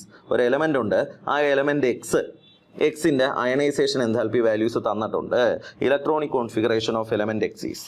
ഇതാണ്ട് ഫസ്റ്റ് അയണൈസേഷൻ പൊട്ടൻഷ്യലിൽ നിന്ന് സെക്കൻഡ് അയണൈസേഷൻ പൊട്ടൻഷ്യലിലോട്ട് പോയപ്പോൾ ഒരു 30 ഇലക്ട്രോൺ വോൾട്ടിന്റെ വ്യത്യാസം, അല്ല കിലോ കാലറിയുടെ വ്യത്യാസം. ഇനി അതിൽ നിന്ന് തേർഡ് അയണൈസേഷൻ പൊട്ടൻഷ്യൽ ആയപ്പോഴോ 556, വളരെ വലിയ വ്യത്യാസമുണ്ട്. അപ്പോൾ നമുക്ക് പറയാം ഈ തന്നിരിക്കുന്ന എലമെന്റ് ആരായാലും അയാളുടെ ഔട്ടർ മോസ്റ്റ് ഷെല്ലിൽ 2 ഇലക്ട്രോൺ ആണുള്ളത്. ഓക്കെ ആണേ, അതുകൊണ്ട് ആദ്യത്തെ 2 ഇലക്ട്രോണെ വിട്ടുകൊടുക്കാൻ വലിയ എനർജി ആവശ്യമില്ലാതെ വന്നത്. എന്നാൽ മൂന്നാമത്തെ ഇലക്ട്രോൺ ഇന്നർ ഷെല്ലിലോട്ട് പോയപ്പോഴത്തേക്ക് എനർജി കൂടി. അപ്പോൾ താഴെ തന്നിരിക്കുന്നതിൽ ഏതാളിന്റെ കോൺഫിഗറേഷനിലാണ് ഔട്ടർ മോസ്റ്റ് ഷെല്ലിൽ 2 ഇലക്ട്രോൺ ഉള്ളത് നോക്ക്. 3s2 3p2 അല്ല, 2s1 1 ഇലക്ട്രോണേ ഉള്ളൂ, അല്ല 2s2 അല്ല, 3s2. കിട്ടി. ഓപ്ഷൻ 4 ആണ് കറക്റ്റ് ആൻസർ. കിട്ടിയോ? ഓക്കെ അല്ലേ? അടുത്ത ക്വസ്റ്റ്യൻ നോക്കാം. അടുത്ത ക്വസ്റ്റ്യൻ എന്താ? Values of first 4 ionization potential of an element are 68, 370, 400, 485. It belongs to which of the following electronic configuration? മക്കളെ, 68 ആദ്യത്തെ അയണൈസേഷൻ പൊട്ടൻഷ്യലാണ് 68. രണ്ടാമത്തെ അയണൈസേഷൻ പൊട്ടൻഷ്യലാണ് 370. മൂന്നാമത്തെ അയണൈസേഷൻ പൊട്ടൻഷ്യലാണ് 400. നാലാമത്തെ അയണൈസേഷൻ പൊട്ടൻഷ്യലാണ് 485. ഓക്കെ ആണേ? എങ്കിൽ മക്കളെ, ഈ തന്നിരിക്കുന്ന ആള് താഴെ തന്നിരിക്കുന്ന ഏത് കോൺഫിഗറേഷനിൽ ഫിറ്റ് ചെയ്യുന്നു? ഇവർ രണ്ടുപേരും തമ്മിൽ തന്നെ, അതായത് ആദ്യത്തെ ഇലക്ട്രോണിനെ റിമൂവ് ചെയ്തതിന് ശേഷം രണ്ടാമത്തെ ഇലക്ട്രോണിനെ റിമൂവ് ചെയ്യാൻ നേരം തന്നെ നല്ല എനർജി വ്യത്യാസമുണ്ട്. സോ അതിൽ നിന്ന് തന്നെ നമുക്ക് എന്ത് മനസ്സിലാക്കാം? തന്നിരിക്കുന്ന ആളിൻ്റെ ഔട്ടർ മോസ്റ്റ് ഷെല്ലിൽ 1 ഇലക്ട്രോണേ ഉള്ളൂ. NS1 എന്ന കോൺഫിഗറേഷനിൽ ഫിറ്റ് ചെയ്യുന്ന ആരൊക്കെ ഉണ്ടെന്ന് നോക്കാം. ആദ്യത്തെ ആളുണ്ട്, മൂന്നാമത്തെ ആളുണ്ട്. നമ്മൾ നോക്കിയപ്പം 1 and 3 ബോത്ത് എന്ന് പറയുന്ന ഒരു ഓപ്ഷനും ഉണ്ട്. നമ്മൾ നേരെ എങ്ങോട്ട് പോകും? അതിലോട്ടങ്ങ് പോവും. അപ്പോഴാണ് നമ്മൾ ഒരു കാര്യം ശ്രദ്ധിക്കേണ്ടത്. ശ്രദ്ധിച്ചോണേ, നല്ല രസമായി ഇതിൻ്റെ ഉത്തരം വരുമ്പോഴത്തേക്കും നമ്മൾ തന്നെ ഒന്ന് അയ്യോ ഇങ്ങനെ ചിന്തിക്കണോ എന്ന രീതിയിൽ നോക്കും. ഇവിടെ നമ്മളെ പറ്റിക്കാനായിട്ട് അവർ വീണ്ടും സിമ്പിൾ ലോജിക്കാണ് ഉപയോഗിച്ചിരിക്കുന്നത്. മക്കളെ, നിങ്ങളൊന്ന് നോക്കിക്കേ, ഇവിടെ എത്ര ഇലക്ട്രോണിനെ റിമൂവ് ചെയ്തുകൊണ്ട്? 4 ഇലക്ട്രോണിനെ റിമൂവ് ചെയ്തുകൊണ്ട്. ഓപ്ഷൻ എയിൽ മൊത്തത്തിൽ എത്ര ഇലക്ട്രോണേ ഉള്ളൂ? 3 ഇലക്ട്രോണേ ഉള്ളൂ. 3 ഇലക്ട്രോൺ ഉള്ള ഒരാളിൽ നിന്ന് 4 ഇലക്ട്രോണിനെ എടുത്ത് മാറ്റാൻ പറ്റൂ? പറ്റത്തില്ല. അതുകൊണ്ട് തന്നെ ഓപ്ഷൻ എ നമുക്കിവിടെ പറയാൻ പറ്റൂ? പറ്റത്തില്ല. ഓപ്ഷൻ എ NS1 എന്ന കോൺഫിഗറേഷൻ തന്നെ വരുന്നത്, അതിൽ മാറ്റമൊന്നുമില്ല. എന്നാൽ ഇവിടെ 4 ഇലക്ട്രോണിനെ എടുത്ത് മാറ്റുന്നതായിട്ട് കാണിച്ചിട്ടുണ്ട്. ഓപ്ഷൻ എയിൽ നോക്കിയാൽ മൊത്തം എത്ര ഇലക്ട്രോണേ ഉള്ളൂ? 1s2 2s1, ആകെ 3 ഇലക്ട്രോണേ ഉള്ളൂ. 3 ഇലക്ട്രോൺ ഉള്ള ആളിൻ്റെ 4ാമത്തെ ഇലക്ട്രോൺ എടുത്ത് മാറ്റാൻ പറ്റുമോ? പറ്റത്തില്ല. അതുകൊണ്ട് തന്നെ നമുക്ക് പറയാം 3 ആണ് കറക്റ്റ് ആൻസർ. NS1 എന്ന കോൺഫിഗറേഷനിൽ വരുന്നു. 4 ഇലക്ട്രോണിനെ റിമൂവ് ചെയ്യാൻ ഇവിടെ ആവശ്യത്തിന് ഇലക്ട്രോൺ ഉണ്ട്. 4 ഇലക്ട്രോണിനെ റിമൂവ് ചെയ്യാനൊക്കെ പറ്റും. പ്രാക്ടിക്കലി പോസിബിൾ ആണെന്നല്ല, 4 ഇലക്ട്രോണിനെ റിമൂവ് ചെയ്യാൻ പറ്റും. സോ നമുക്ക് പറയാം മക്കളെ, ഓപ്ഷൻ 3 ആണ് കറക്റ്റ് ആൻസർ. എന്തുകൊണ്ട് 1 വന്നില്ല എന്നുള്ള കാര്യം മനസ്സിലായല്ലോ. ഇവിടെ 4 ഇലക്ട്രോണിനെ റിമൂവ് ചെയ്യുന്നതായിട്ട് പറയുന്നുണ്ട്, 1 ആകെ 3 ഇലക്ട്രോണേ ഉള്ളൂ, അത് പറ്റത്തില്ല. അതുകൊണ്ടാണ് നമ്മൾ ഓപ്ഷൻ 3 കറക്റ്റ് ആൻസർ ആയിട്ട് എടുത്തത്. ക്ലിയർ ആണേ? ഓക്കെ ആണേ? അടുത്ത ക്വസ്റ്റ്യനിലോട്ട് പോവാം. നോക്കാം അടുത്ത ക്വസ്റ്റ്യൻ എന്തുവാ നോക്കാം. ഓക്കെ മക്കളെ, അടുത്ത ക്വസ്റ്റ്യൻ നോക്കാം. The correct order of electron affinities. എന്താ ഇലക്ട്രോൺ അഫിനിറ്റി എന്ന് വെച്ചാൽ, ഒരു ആറ്റം, എൻ്റെ കയ്യിൽ ഒരു ആറ്റം ഉണ്ട്, അതിൻ്റെ അവസാനത്തെ ഷെല്ലിലോട്ട് ഞാൻ ഒരു ഇലക്ട്രോണിനെ ആഡ് ചെയ്യുന്നു. അങ്ങനെ ആഡ് ചെയ്യുന്ന സമയത്ത് അവിടെ റിലീസ് ചെയ്യപ്പെടുന്ന എനർജിയാണ് നമ്മൾ ഇലക്ട്രോൺ ഗെയിൻ എൻതാൽപ്പി അല്ലെങ്കിൽ ഇലക്ട്രോൺ അഫിനിറ്റി എന്ന് വിളിക്കുന്നത്. ക്ലിയർ ആണേ? ഈ മക്കളെ ഒന്ന് ശ്രദ്ധിച്ചേ, ഒരു ആറ്റം പെട്ടെന്ന് ഇലക്ട്രോണിനെ വലിച്ചെടുക്കുന്ന ആളാണെങ്കിൽ, നല്ല ശക്തിയിൽ ആ ഇലക്ട്രോണിനെ ബൈൻഡ് ചെയ്യുന്ന ആളാണെങ്കിൽ തീർച്ചയായിട്ടും അവിടെ റിലീസ് ചെയ്യുന്ന എനർജി കൂടുതലായിരിക്കും. ഓക്കെ, ഇനി ആറ്റം അത്ര നല്ല കാര്യമായിട്ടൊന്നും ആ ഇലക്ട്രോണിനെ അട്രാക്ട് ചെയ്യുന്നില്ല എങ്കിൽ അതിൻ്റെ ഇലക്ട്രോൺ അഫിനിറ്റി എന്തായിരിക്കും? കുറവായിരിക്കും. ഈ രീതിയിൽ നമുക്ക് പറയാം. ഇനി ഇത് റിലീസ് ചെയ്യുന്ന എനർജി ആയതുകൊണ്ട് തന്നെ എപ്പോഴും ഇത് നെഗറ്റീവായിട്ടാണ് എടുക്കുന്നത്. നമ്മൾ പറയാം, ഒരു ആറ്റം പെട്ടെന്ന് ഇലക്ട്രോണിനെ മേടിക്കുന്ന ആളാണെങ്കിൽ അവരുടെ electron gain enthalpy electron affinity more negative എന്നും, പതുക്കെയാണ് ഇലക്ട്രോണെ മേടിക്കുന്നതെങ്കിൽ അവരുടെ electron gain enthalpy electron affinity less negative എന്നൊക്കെയാണ് നമ്മൾ പറയുന്നത്. അപ്പോൾ correct order of electron affinities നമുക്കറിയാം. നമ്മളൊരു പീരീഡിൽ ലെഫ്റ്റിൽ നിന്ന് റൈറ്റിലോട്ട് പോകുമ്പോൾ, ഒരു ഗ്രൂപ്പിൽ മുകളിൽ നിന്ന് താഴോട്ട് വരുമ്പോൾ, മകളെ ഒരു പീരീഡിൽ ലെഫ്റ്റിൽ നിന്ന് റൈറ്റിലോട്ട് പോകുമ്പോൾ എന്താ പറ്റുന്നതെന്ന് വെച്ചാൽ ശ്രദ്ധിച്ചോണേ. ഞാനിപ്പോൾ beryllium, magnesium, calcium, beryllium, boron, carbon, nitrogen ലെഫ്റ്റിൽ നിന്ന് റൈറ്റിലോട്ട് പോവുകയാണേ. ലെഫ്റ്റിൽ നിന്ന് റൈറ്റിലോട്ട് പോകുമ്പോൾ ഇലക്ട്രോണിനെ വലിച്ചെടുക്കാനുള്ള കഴിവ് കൂടും. ലെഫ്റ്റിൽ നിന്ന് റൈറ്റിലോട്ട് പോകുമ്പോൾ ഇലക്ട്രോണിനെ വലിച്ചെടുക്കാനുള്ള കഴിവ് കൂടും. ഇലക്ട്രോണിനെ വലിച്ചെടുക്കാനുള്ള കഴിവ് കൂടിക്കഴിഞ്ഞാൽ അതിൻ്റെ ഫലമായിട്ട് ശ്രദ്ധിച്ച് കേൾക്കുക, ഇലക്ട്രോണിനെ വലിച്ചെടുക്കാനുള്ള കഴിവ് കൂടിക്കഴിഞ്ഞാൽ അതിൻ്റെ ഫലമായിട്ട് electron gain enthalpy becomes more negative. എന്ന് വെച്ചാൽ അതിൻ്റെ അർത്ഥം ഇലക്ട്രോൺ ഗെയിൻ എൻതാൽപ്പി കൂടുമെന്നാണ്. ഓക്കെ ആണേ? ക്ലിയർ ആണേ? അപ്പം ഞാൻ പറയുന്നു boron, beryllium, boron, carbon, nitrogen ഈ പറയുന്ന ആളുകളെ എടുക്കുവാണെങ്കിൽ ഇവിടെ ഈ എൻഡിലിരിക്കുന്ന ലെഫ്റ്റ് എൻഡിലിരിക്കുന്ന ആളിനെ നോക്കുവാണെങ്കിൽ ലെഫ്റ്റ് എൻഡിലിരിക്കുന്ന ആളിന് ഇലക്ട്രോൺ ഗെയിൻ എൻതാൽപ്പി, ഇലക്ട്രോണിനെ വലിച്ചെടുക്കാൻ വലിയ താല്പര്യമൊന്നുമില്ല. അതുകൊണ്ട് തന്നെ അവരുടെ ഇലക്ട്രോൺ ഗെയിൻ എൻതാൽപ്പി കുറവായിരിക്കും. അങ്ങോട്ട് റൈറ്റ് സൈഡിലോട്ട് പോകുമ്പോഴത്തേക്കും ഇലക്ട്രോൺ ഗെയിൻ എൻതാൽപ്പി എന്ത് ചെയ്യുന്നതായിട്ടും കാണാൻ പറ്റും, കൂടുന്നതായിട്ടും കാണാൻ പറ്റും. ഈ കൺസെപ്റ്റ് ക്ലിയർ ആണ്. എന്നാൽ ഇതിൽ നൈട്രജൻ എന്ന് പറയുന്ന ആറ്റം ഉണ്ട്. നൈട്രജൻ്റെ കേസിൽ അതിൻ്റെ കോൺഫിഗറേഷൻ NS2np3 എന്ന ഫോമിലാണ്. Half filled p orbital configuration ഉണ്ട്. Half filled p orbital configuration ഉള്ളത് കൊണ്ട് തന്നെ എക്സ്ട്രാ സ്റ്റേബിൾ അല്ലേ, ഇയാളും പെട്ടെന്ന് ഇലക്ട്രോണിനെ വലിച്ചെടുക്കാൻ വലിയ താല്പര്യമൊന്നും കാണിക്കത്തില്ല. അതുകൊണ്ട് തന്നെ ഓർഡർ എന്താണെന്ന് ചോദിച്ചാൽ നമുക്ക് കറക്റ്റായിട്ട് ഇങ്ങനെ പറയാം. ബെർലിയത്തിനെ കഴിയും ഒരു ഇത്തിരി കൂടെ കൂടുതലായിരിക്കും നൈട്രജൻ, നൈട്രജനെ കഴിയും കൂടുതലായിരിക്കും ബോറോൺ, ബോറോണിനെ കഴിയും കൂടുതലായിരിക്കും കാർബൺ. ഈ പറയുന്ന ആളുകളുടെ കേസിൽ ഇതിങ്ങനെ വന്നത് എന്തുകൊണ്ടാണെന്ന് വെച്ചാൽ ലെഫ്റ്റിൽ നിന്ന് റൈറ്റിലോട്ട് പോകുന്നുണ്ട്. നൈട്രജൻ്റെ കേസ് എക്സെപ്ഷൻ ആണ്. കാര്യം നൈട്രജൻ എന്തുണ്ട്, half filled p orbital configuration, stable ആയിട്ടുള്ള കോൺഫിഗറേഷൻ ഉണ്ട് എന്നുള്ളതാണ് കാരണം. അപ്പോൾ നമുക്ക് ഇത് കറക്റ്റായിട്ട് ഓർഡർ വരുന്നത് എവിടെ? Beryllium, nitrogen, boron, carbon. Option 2 ആണ്. ഇനി മക്കളെ, ഒരു ഗ്രൂപ്പിന് മുകളിൽ നിന്ന് താഴോട്ട് വരാൻ നേരം ഇലക്ട്രോണിനെ വിട്ടുകൊടുക്കാനുള്ള കഴിവാണ് കൂടുതൽ. അതുകൊണ്ട് തന്നെ ഇലക്ട്രോണിനെ വലിച്ചെടുക്കാനുള്ള കഴിവ് എന്തായിരിക്കും? കുറവായിരിക്കും. ഇലക്ട്രോണിനെ വലിച്ചെടുക്കാനുള്ള കഴിവ് കുറവാണെങ്കിൽ നമുക്ക് രണ്ട് രീതിയിൽ പറയാം. ഇലക്ട്രോൺ അഫിനിറ്റി കുറയുന്നു എന്ന് പറയാം, അല്ലെങ്കിൽ electron affinity becomes less negative എന്ന് പറയാം. ക്ലിയർ ആണോ? അപ്പോൾ നമുക്ക് പറയാം ഓപ്ഷൻ 2 ആണ് നമ്മുടെ കറക്റ്റ് ആൻസർ. കിട്ടിയേ? അടുത്ത ക്വസ്റ്റ്യൻ നോക്കാം. അടുത്ത ക്വസ്റ്റ്യൻ നോക്ക്. In the formation of a chloride ion from an isolated gaseous chlorine atom 3.8 electron volt 3.8 electron volt energy is released which would be equal to. മക്കളെ, ഇതാണ് ഒരു ഗേഷ്യസ് സ്റ്റേറ്റിലിരിക്കുന്ന ക്ലോറിൻ ആറ്റം ഒരു ഇലക്ട്രോണിനെ വേടിച്ച് എന്തായിട്ട് മാറുന്നു? ഗേഷ്യസ് ക്ലോറൈഡ് അയോൺ ആയിട്ട് മാറുന്നു. ഇതുമായിട്ട് ബന്ധപ്പെട്ട എത്ര?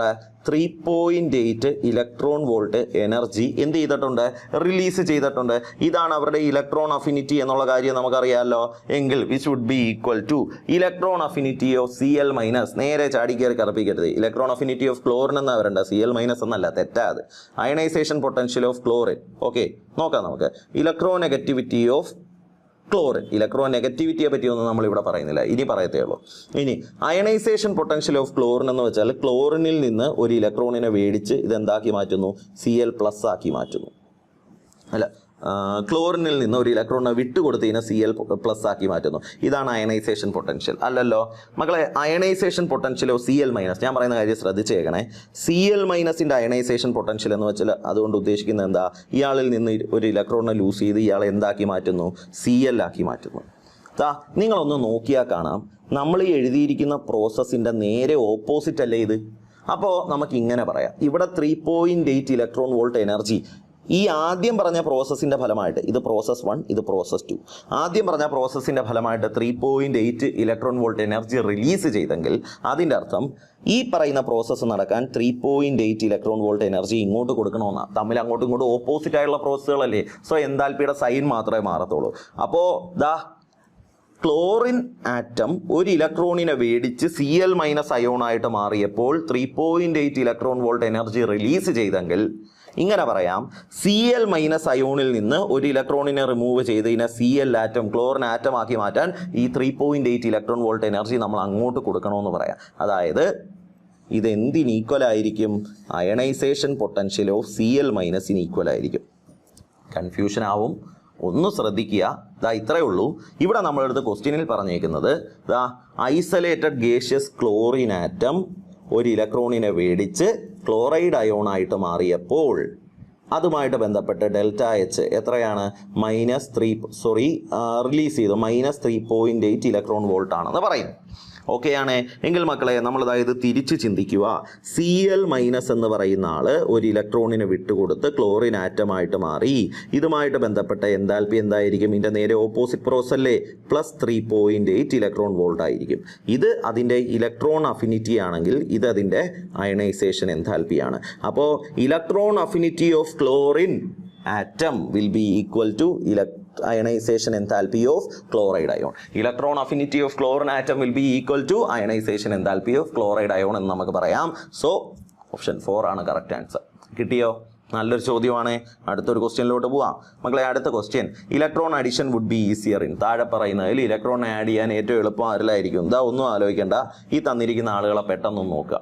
ഈ തന്നിരിക്കുന്ന ആളുകളെ നോക്കുമ്പോഴത്തേക്കും നമുക്ക് കാണാൻ പറ്റും ഓക്സിജൻ ആറ്റം ഉണ്ട്, ഓക്സിജൻ്റെ ഒരു പോസിറ്റീവ് ചാർജുള്ള അയോൺ ഉണ്ട്, ഓക്സൈഡ് അയോൺ ഉണ്ട്, അതുപോലെ ഓക്സൈഡ് അയോൺ എന്ന് പറഞ്ഞാൽ ഓക്സിജൻ്റെ O- എന്ന് പറയുന്ന അയോൺ ഉണ്ട്, ഓക്സിജൻ്റെ +2 ചാർജുള്ള അയോൺ നമുക്ക് കാണാൻ പറ്റും. ഇതിൽ ആർക്കാണ് കൂടുതൽ എന്ന് ചോദിച്ചു കഴിഞ്ഞാൽ നമുക്ക് സിമ്പിളായിട്ട് ഇങ്ങനെ പറയാം, electron affinity is directly proportional to positive charge. അവരുടെ മുകളിലുള്ള പോസിറ്റീവ് ചാർജിന് ഡയറക്ട്ലി പ്രൊപ്പോർഷണൽ ആണ്. And electron affinity is inversely proportional to negative charge. Okay, negative ചാർജിന് ഇൻവേഴ്സ്ലി പ്രൊപ്പോർഷണൽ ആണ്. അപ്പോൾ മക്കളെ നമ്മൾ നോക്കുവാണെങ്കിൽ ഇവിടെ നമുക്ക് കാണാൻ പറ്റും electron addition would be easier in. ഏറ്റവും കൂടുതൽ ഇലക്ട്രോൺ അഫിനിറ്റി അല്ലെങ്കിൽ മോസ്റ്റ് നെഗറ്റീവ് ഇലക്ട്രോൺ അഫിനിറ്റി, ഏറ്റവും പെട്ടെന്ന് ഇലക്ട്രോണിനെ വാങ്ങുന്ന ആര് എന്ന് ചോദിച്ചാൽ പോസിറ്റീവ് ചാർജ് കൂടുതലുള്ള ആളായിരിക്കും ഏറ്റവും പെട്ടെന്ന് ഇലക്ട്രോണിനെ വാങ്ങുന്നത്. അത് നമുക്ക് ഓപ്ഷൻ 4 കാണാൻ പറ്റും. സോ മക്കളെ option 4 will be the correct answer. Clear ആണോ? അടുത്ത ക്വസ്റ്റ്യൻ നോക്കാം നമുക്ക്. അടുത്ത ക്വസ്റ്റ്യൻ നോക്കിക്കേ. Electron affinity values for halogen shows the following trend. ഹാലജൻ്റെ ഇലക്ട്രോൺ അഫിനിറ്റി വാല്യൂ എങ്ങനെയാണെന്ന് നമുക്കറിയാം. Halogen fluorine, chlorine, bromine, iodine. നമ്മൾ പഠിച്ചു ഒരു ഗ്രൂപ്പിൽ മുകളിൽ നിന്ന് താഴോട്ട് വരുന്നു, ടോപ്പ് ടു ബോട്ടം. ഇലക്ട്രോണിനെ വാങ്ങാനുള്ള കഴിവ് കുറയും. ഇലക്ട്രോണിനെ വാങ്ങാനുള്ള കഴിവ് കുറയുമെന്ന് പറഞ്ഞാൽ ഇലക്ട്രോൺ അഫിനിറ്റി കുറയും എന്ന് നമുക്ക് പറയാം, അല്ലെങ്കിൽ ഇലക്ട്രോൺ അഫിനിറ്റി ലെസ് നെഗറ്റീവ് ആകും എന്നും നമുക്ക് പറയാം. അപ്പോൾ ആ രീതിയിൽ നമ്മൾ നോക്കുവാണെങ്കിൽ ഫ്ലൂറിൻ ഏറ്റവും കൂടുതൽ, അത് കഴിഞ്ഞ് ക്ലോറിൻ, അത് കഴിഞ്ഞ് ബ്രോമിൻ, അത് കഴിഞ്ഞ് അയഡിൻ, ഇങ്ങനെയാണ് വരേണ്ടത്. എന്നാൽ മക്കളെ നമ്മൾ ഈ ഫ്ലൂറിൻ എന്ന് പറയുന്ന ആളിനെ എടുത്താൽ ഫ്ലൂറിൻ്റെ അറ്റോമിക് നമ്പർ 9 ആണെന്ന് അറിയാമല്ലോ, ഇലക്ട്രോണിക് കോൺഫിഗറേഷൻ 27. ക്ലോറിൻ എന്ന് പറയുന്ന ആളിനെ എടുത്താൽ ക്ലോറിൻ്റെ അറ്റോമിക് നമ്പർ 17 ആണെന്ന് അറിയാമല്ലോ, ഇലക്ട്രോണിക് കോൺഫിഗറേഷൻ 287. ഫ്ലൂറിൻ ഒരു ഇലക്ട്രോണിനെ മേടിക്കും F- ആയിട്ട് മാറും, ക്ലോറിൻ ഒരു ഇലക്ട്രോണിനെ മേടിക്കും Cl- ആയിട്ട് മാറും. മക്കളെ ഇവിടെ നമ്മൾ ശ്രദ്ധിക്കേണ്ട ഒരു കാര്യം ഇത്രയേ ഉള്ളൂ. ഈ ഫ്ലൂറിനും ക്ലോറിനും തമ്മിൽ കമ്പയർ ചെയ്യുന്ന സമയത്ത് ഫ്ലൂറിൻ്റെ 2ാമത്തെ ഷെല്ലിലോട്ടാണ് ഒരു ഇലക്ട്രോൺ കടന്നു വരുന്നത്, ക്ലോറിൻ്റെ 3ാമത്തെ ഷെല്ലിലോട്ടുമാണ് ഒരു ഇലക്ട്രോൺ കടന്നു വരുന്നത്. മക്കളെ ഇത്ര ഓർത്താൽ മതി. ഈ ഫ്ലൂറിൻ്റെ 2ാമത്തെ ഷെല്ല് കുഞ്ഞൊരു ഷെല്ലാണ്, അവിടെ ഓൾറെഡി 7 ഇലക്ട്രോൺ ഉണ്ട്. അപ്പോൾ ഈ വരുന്ന ഇലക്ട്രോണിനെ നിലവിൽ അവിടെ ഉള്ള 7 ഇലക്ട്രോണുകൾ എന്ത് ചെയ്യും? പോ എന്ന് പറയും, റിപ്പൽ ചെയ്യും. എന്നാൽ ക്ലോറിൻ്റെ കേസിൽ 3ാമത്തെ ഷെല്ലാകുമ്പോൾ കുറച്ചുകൂടെ വലുതല്ലേ, അവിടെ ഈ ഇലക്ട്രോണുകൾക്ക് ഇരിക്കാൻ കുറച്ചുകൂടെ സ്ഥലമുണ്ട്. അതുകൊണ്ട് തന്നെ ഈ ഇലക്ട്രോണുകൾ തമ്മിലുള്ള റിപ്പൽഷൻ എന്തായിരിക്കും? കുറവായിരിക്കും. എന്തായാലും നെഗറ്റീവ് ചാർജുള്ള ഇലക്ട്രോണാണ് വരുന്നത്, അവിടെ ഇരിക്കുന്ന ഇലക്ട്രോൺ നെഗറ്റീവ് ചാർജാണ്, ഇവർ തമ്മിൽ റിപ്പൽ ചെയ്യുമെന്നുള്ള കാര്യം നമുക്കറിയാം. ഫ്ലൂറിൻ്റെ കുഞ്ഞ് സൈസ് ആയതുകൊണ്ട് തന്നെ ആ ഫ്ലൂറിൻ്റെ കേസിൽ ആ റിപ്പൽഷൻ വാല്യൂ എന്തായിരിക്കും? കൂടുതലായിരിക്കും. ഇതും വെച്ചുകൊണ്ട് നിങ്ങൾ ഫ്ലൂറിന് ഇലക്ട്രോണിനെ വാങ്ങത്തേ ഇല്ല അങ്ങനെയൊന്നും ചിന്തിക്കരുത്. ഇവരെ തമ്മിൽ കമ്പയർ ചെയ്യുമ്പോൾ കാര്യമാണ് പറയുന്നത്. So electron repulsion in the case of fluorine will be greater than that of chlorine due to the small size of fluorine. ഫ്ലൂറിൻ്റെ സൈസ് വളരെ ചെറുതായതുകൊണ്ട് തന്നെ ഇലക്ട്രോൺ റിപ്പൾഷൻ ഫ്ലൂറിൻ്റെ കേസിൽ കൂടുതലും ക്ലോറിൻ്റെ കേസിൽ കുറവുമാണ്. അപ്പോൾ ഫ്ലൂറിനെ കഴിയും പെട്ടെന്ന് ഇലക്ട്രോണിനെ വാങ്ങുന്ന ആരാ? ക്ലോറിൻ. അപ്പോൾ ഇലക്ട്രോൺ അഫിനിറ്റി ഏറ്റവും കൂടുതൽ ആർക്കാ? ക്ലോറിന്. ഇലക്ട്രോൺ അഫിനിറ്റി മോർ നെഗറ്റീവ് ആർക്കാ? ക്ലോറിൻ്റെ കേസിൽ. അതുകൊണ്ട് തന്നെ നമുക്ക് ഇവരുടെ ഓർഡർ പറയാം. ഫ്ലൂറിനും ക്ലോറിനും തമ്മിൽ കമ്പയർ ചെയ്യുമ്പോൾ ഫ്ലൂറിനെക്കാളും കൂടുതലാണ് ക്ലോറിൻ. എന്നാൽ പിന്നെ അങ്ങോട്ടുള്ള ആളുകളുടെ കേസിൽ അവരുടെ സൈസ് വെച്ചങ്ങ് പറഞ്ഞാൽ മതി. അപ്പോൾ ഇതാണ് അവരുടെ കറക്റ്റായിട്ടുള്ള ഓർഡർ. ക്ലിയർ ആണ്? ഫ്ലൂറിൻ്റെയും ക്ലോറിൻ്റെയും കേസിൽ ഇലക്ട്രോൺ റിപ്പൾഷൻ വെച്ചിട്ടാണ് നമ്മൾ പറയുന്നത്. ക്ലോറിൻ, ബ്രോമിൻ, അയഡിൻ തുടങ്ങിയ ആളുകളുടെ കേസിൽ സൈസ് വെച്ചിട്ടുമാണ് നമ്മൾ പറയുന്നത്. കറക്റ്റായിട്ടുള്ള ഓർഡർ നമുക്ക് ഓപ്ഷൻ 1 കാണാൻ പറ്റും. സോ മക്കളെ ഓപ്ഷൻ 1 ആണ് നമ്മുടെ കറക്റ്റ് ആൻസർ. കിട്ടിയോ? ഓക്കെ അല്ലേ? അടുത്തൊരു ക്വസ്റ്റ്യൻ നോക്കാം. അടുത്ത question, the process requiring absorption of energies. മക്കളെ താഴെ പറയുന്നതിൽ ഏത് പ്രോസസ്സിലാണ് absorption of energy? Absorption of energy എന്ന് പറഞ്ഞാൽ എൻഡോതെർമിക് ആയിട്ടുള്ള പ്രോസസ്സ് ഏതാണ് എന്നുള്ളതാണ് ചോദ്യം. ശ്രദ്ധിച്ചോണേ. ഫ്ലൂറിൻ ഒരു ഇലക്ട്രോണിനെ മേടിക്കുന്നു, F- ആയിട്ട് മാറുന്നു. ക്ലോറിൻ ഒരു ഇലക്ട്രോണിനെ മേടിക്കുന്നു, Cl- ആയിട്ട് മാറുന്നു. ഓക്സിജൻ 2 ഇലക്ട്രോണിനെ മേടിച്ച് O2- ആയിട്ട് മാറുന്നു. ഹൈഡ്രജൻ ഒരു ഇലക്ട്രോണിനെ മേടിക്കുന്നു, H- ആയിട്ട് മാറുന്നു.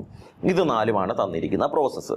ഒരാറ്റം ഒരു ഇലക്ട്രോണിനെ മേടിച്ചാൽ തീർച്ചയായിട്ടും അതുമായിട്ട് ബന്ധപ്പെട്ട എനർജി റിലീസ് ചെയ്യും. സോ ഈ പ്രോസസ്സ് എക്സോതെർമിക്കാണ്, ഈ പ്രോസസ്സ് എക്സോതെർമിക്കാണ്, ഈ പ്രോസസ്സും എക്സോതെർമിക്കാണ്.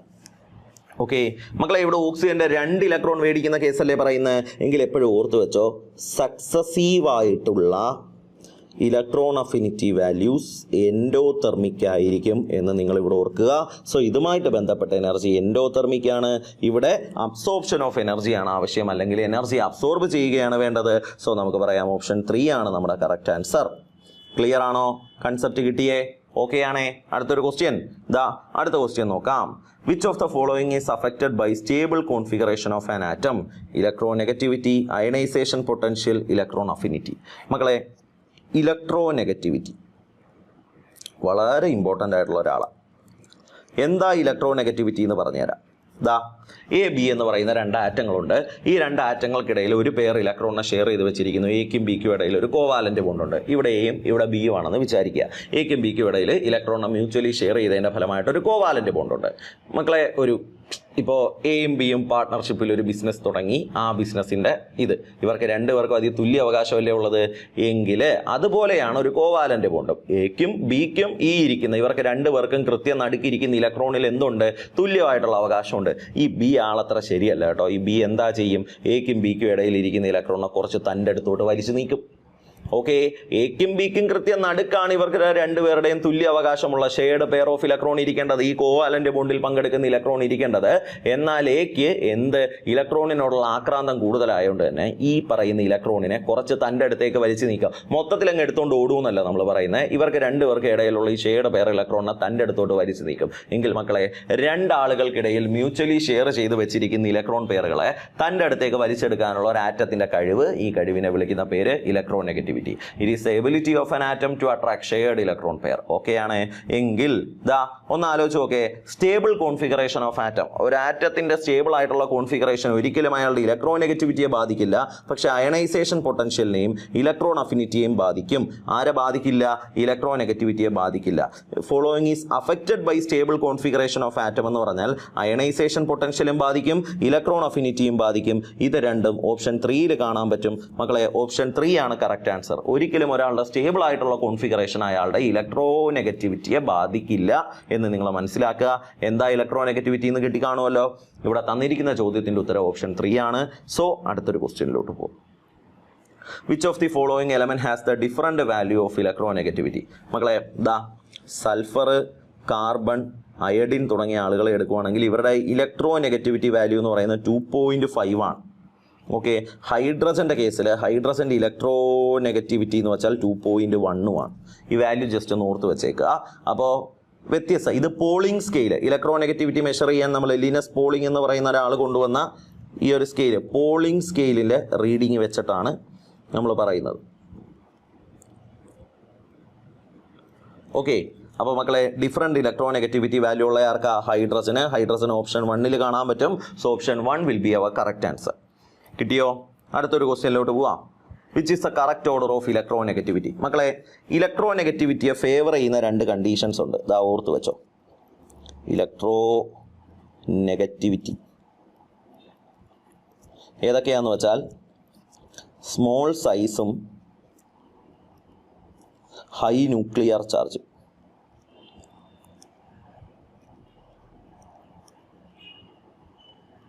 ഇലക്ട്രോനെഗറ്റിവിറ്റിയെ ഫേവർ ചെയ്യുന്ന കണ്ടീഷനുകൾ എന്തൊക്കെയാ?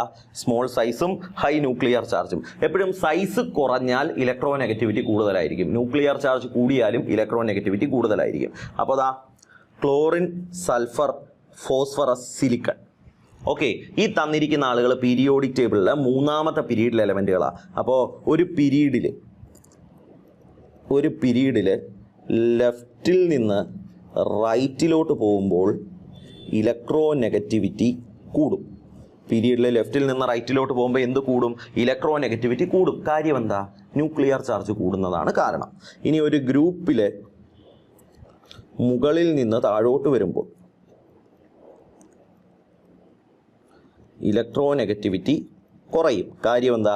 ആറ്റത്തിൻ്റെ സൈസ് കൂടുന്നതാണ് കാരണം. ഇതറിയാമല്ലോ. എങ്കിൽ നോക്കിക്കേ, chlorine, sulphur, phosphorus, silicon correct ഓർഡറിലാണ് അറേഞ്ച് ചെയ്തിരിക്കുന്നത്. സിലിക്കൺ, അലുമിനിയം, മഗ്നീഷ്യം, സോഡിയം ഒരേ പീരീഡിലുള്ള ആളുകളാണ്, കറക്റ്റ് ഓർഡറിലാണ് അറേഞ്ച് ചെയ്തിരിക്കുന്നത്. ഫ്ലൂറിൻ, ക്ലോറിൻ, ബ്രോമിൻ, അയഡിൻ ഒരു ഗ്രൂപ്പിലുള്ള ആൾ, അത് ആ ചെറിയ ആളിന് ഇലക്ട്രോ നെഗറ്റിവിറ്റി കൂടുതൽ, കറക്റ്റ് ഓർഡറിൽ അറേഞ്ച് ചെയ്തിരിക്കുന്നത്. അപ്പോൾ correct order of electronegativity ചോദിച്ചാൽ നമുക്ക് പറയാം ഓൾ ഓഫ് ദിസ്. ഈ തന്നിരിക്കുന്ന 4 പേരും ഇലക്ട്രോ നെഗറ്റിവിറ്റിയുടെ കറക്റ്റ് ആയിട്ടുള്ള ഓർഡറാണ് എന്ന് മനസ്സിലാക്കുക. ഓപ്ഷൻ 4 ആണ് കറക്റ്റ് ആൻസർ. സോ നമുക്ക് അടുത്ത ക്വസ്റ്റ്യനിലോട്ട് പോവാം. അടുത്ത question, which of the following has maximum electro negativity? Electro negativity ഏറ്റവും കൂടുതൽ ആർക്കായിരിക്കും? ഓക്സിജൻ ആണ് 4 പേരും. ഇലക്ട്രോ നെഗറ്റിവിറ്റി എന്ന് വെച്ചാൽ ഇലക്ട്രോണിനെ തൻ്റെ അടുത്തേക്ക് വലിച്ചു നീക്കാനുള്ള കഴിവ്. എപ്പോഴും ആലോചിച്ച് നോക്കേ, നെഗറ്റീവ് ചാർജിനെ കഴിയും ഇലക്ട്രോണിനെ കൂടുതൽ ഇഷ്ടമാർക്കാ പോസിറ്റീവ് ചാർജിന്. അപ്പോൾ പോസിറ്റീവ് ചാർജുള്ള ആളിനാണ് ഇലക്ട്രോണിനെ തൻ്റെ അടുത്തോട്ട് പെട്ടെന്ന് വലിച്ചു നീക്കാൻ പറ്റുന്നത്. അപ്പോൾ ഏറ്റവും കൂടുതൽ ഇലക്ട്രോ നെഗറ്റിവിറ്റി കാണിക്കുന്നത് ഈ പോസിറ്റീവ് ചാർജുള്ള ആളായിരിക്കും. ഓപ്ഷൻ 4 നമുക്ക് O+നെ കാണാം. O+ will be our correct answer. Option 4 ആണ് ശരി ഉത്തരം. അടുത്തൊരു ക്വസ്റ്റ്യനിലോട്ട് പോവാം. Which of the following has minimum electronegativity? മക്കളെ, ഇലക്ട്രോ നെഗറ്റിവിറ്റിയെ ഫേവർ ചെയ്യുന്ന കണ്ടീഷൻസ് പറഞ്ഞല്ലോ. Small size, high nuclear charge. Okay, അപ്പോൾ ഈ തന്നിരിക്കുന്ന ആളുകളിൽ വെച്ച് ഇലക്ട്രോ നെഗറ്റിവിറ്റി ഏറ്റവും കുറവ് ആർക്കാണെന്ന് വെച്ചാൽ ഏറ്റവും വലിയ സൈസുള്ള ആളിനെ നോക്കിയാൽ മതി, CCM. അല്ലെങ്കിൽ തന്നെ പീരിയോഡിക് ടേബിളിൽ ഏറ്റവും കുറവ് ഇലക്ട്രോ നെഗറ്റിവിറ്റി കാണിക്കുന്ന എലമെൻ്റാണ് CCM. ഏറ്റവും കൂടുതൽ ഇലക്ട്രോ നെഗറ്റിവിറ്റി കാണിക്കുന്ന എലമെൻ്റാണ് ഫ്ലൂറിൻ. അവരുടെ പീരിയോഡിക് ടേബിളിലെ പൊസിഷൻ വെച്ചുകൊണ്ട് ഞാൻ എന്താ ഇങ്ങനെ ഒന്ന് അറേഞ്ച് ചെയ്തതന്നേ ഉള്ളൂ. ഇത് വെച്ചുകൊണ്ട് തന്നെ നമുക്ക് പറയാൻ പറ്റും, ഗ്രൂപ്പിൽ മുകളിൽ നിന്ന് താഴോട്ട് വരുമ്പോൾ ഇലക്ട്രോ നെഗറ്റിവിറ്റി കുറയും, CCയത്തിനാണ് കുറവ്.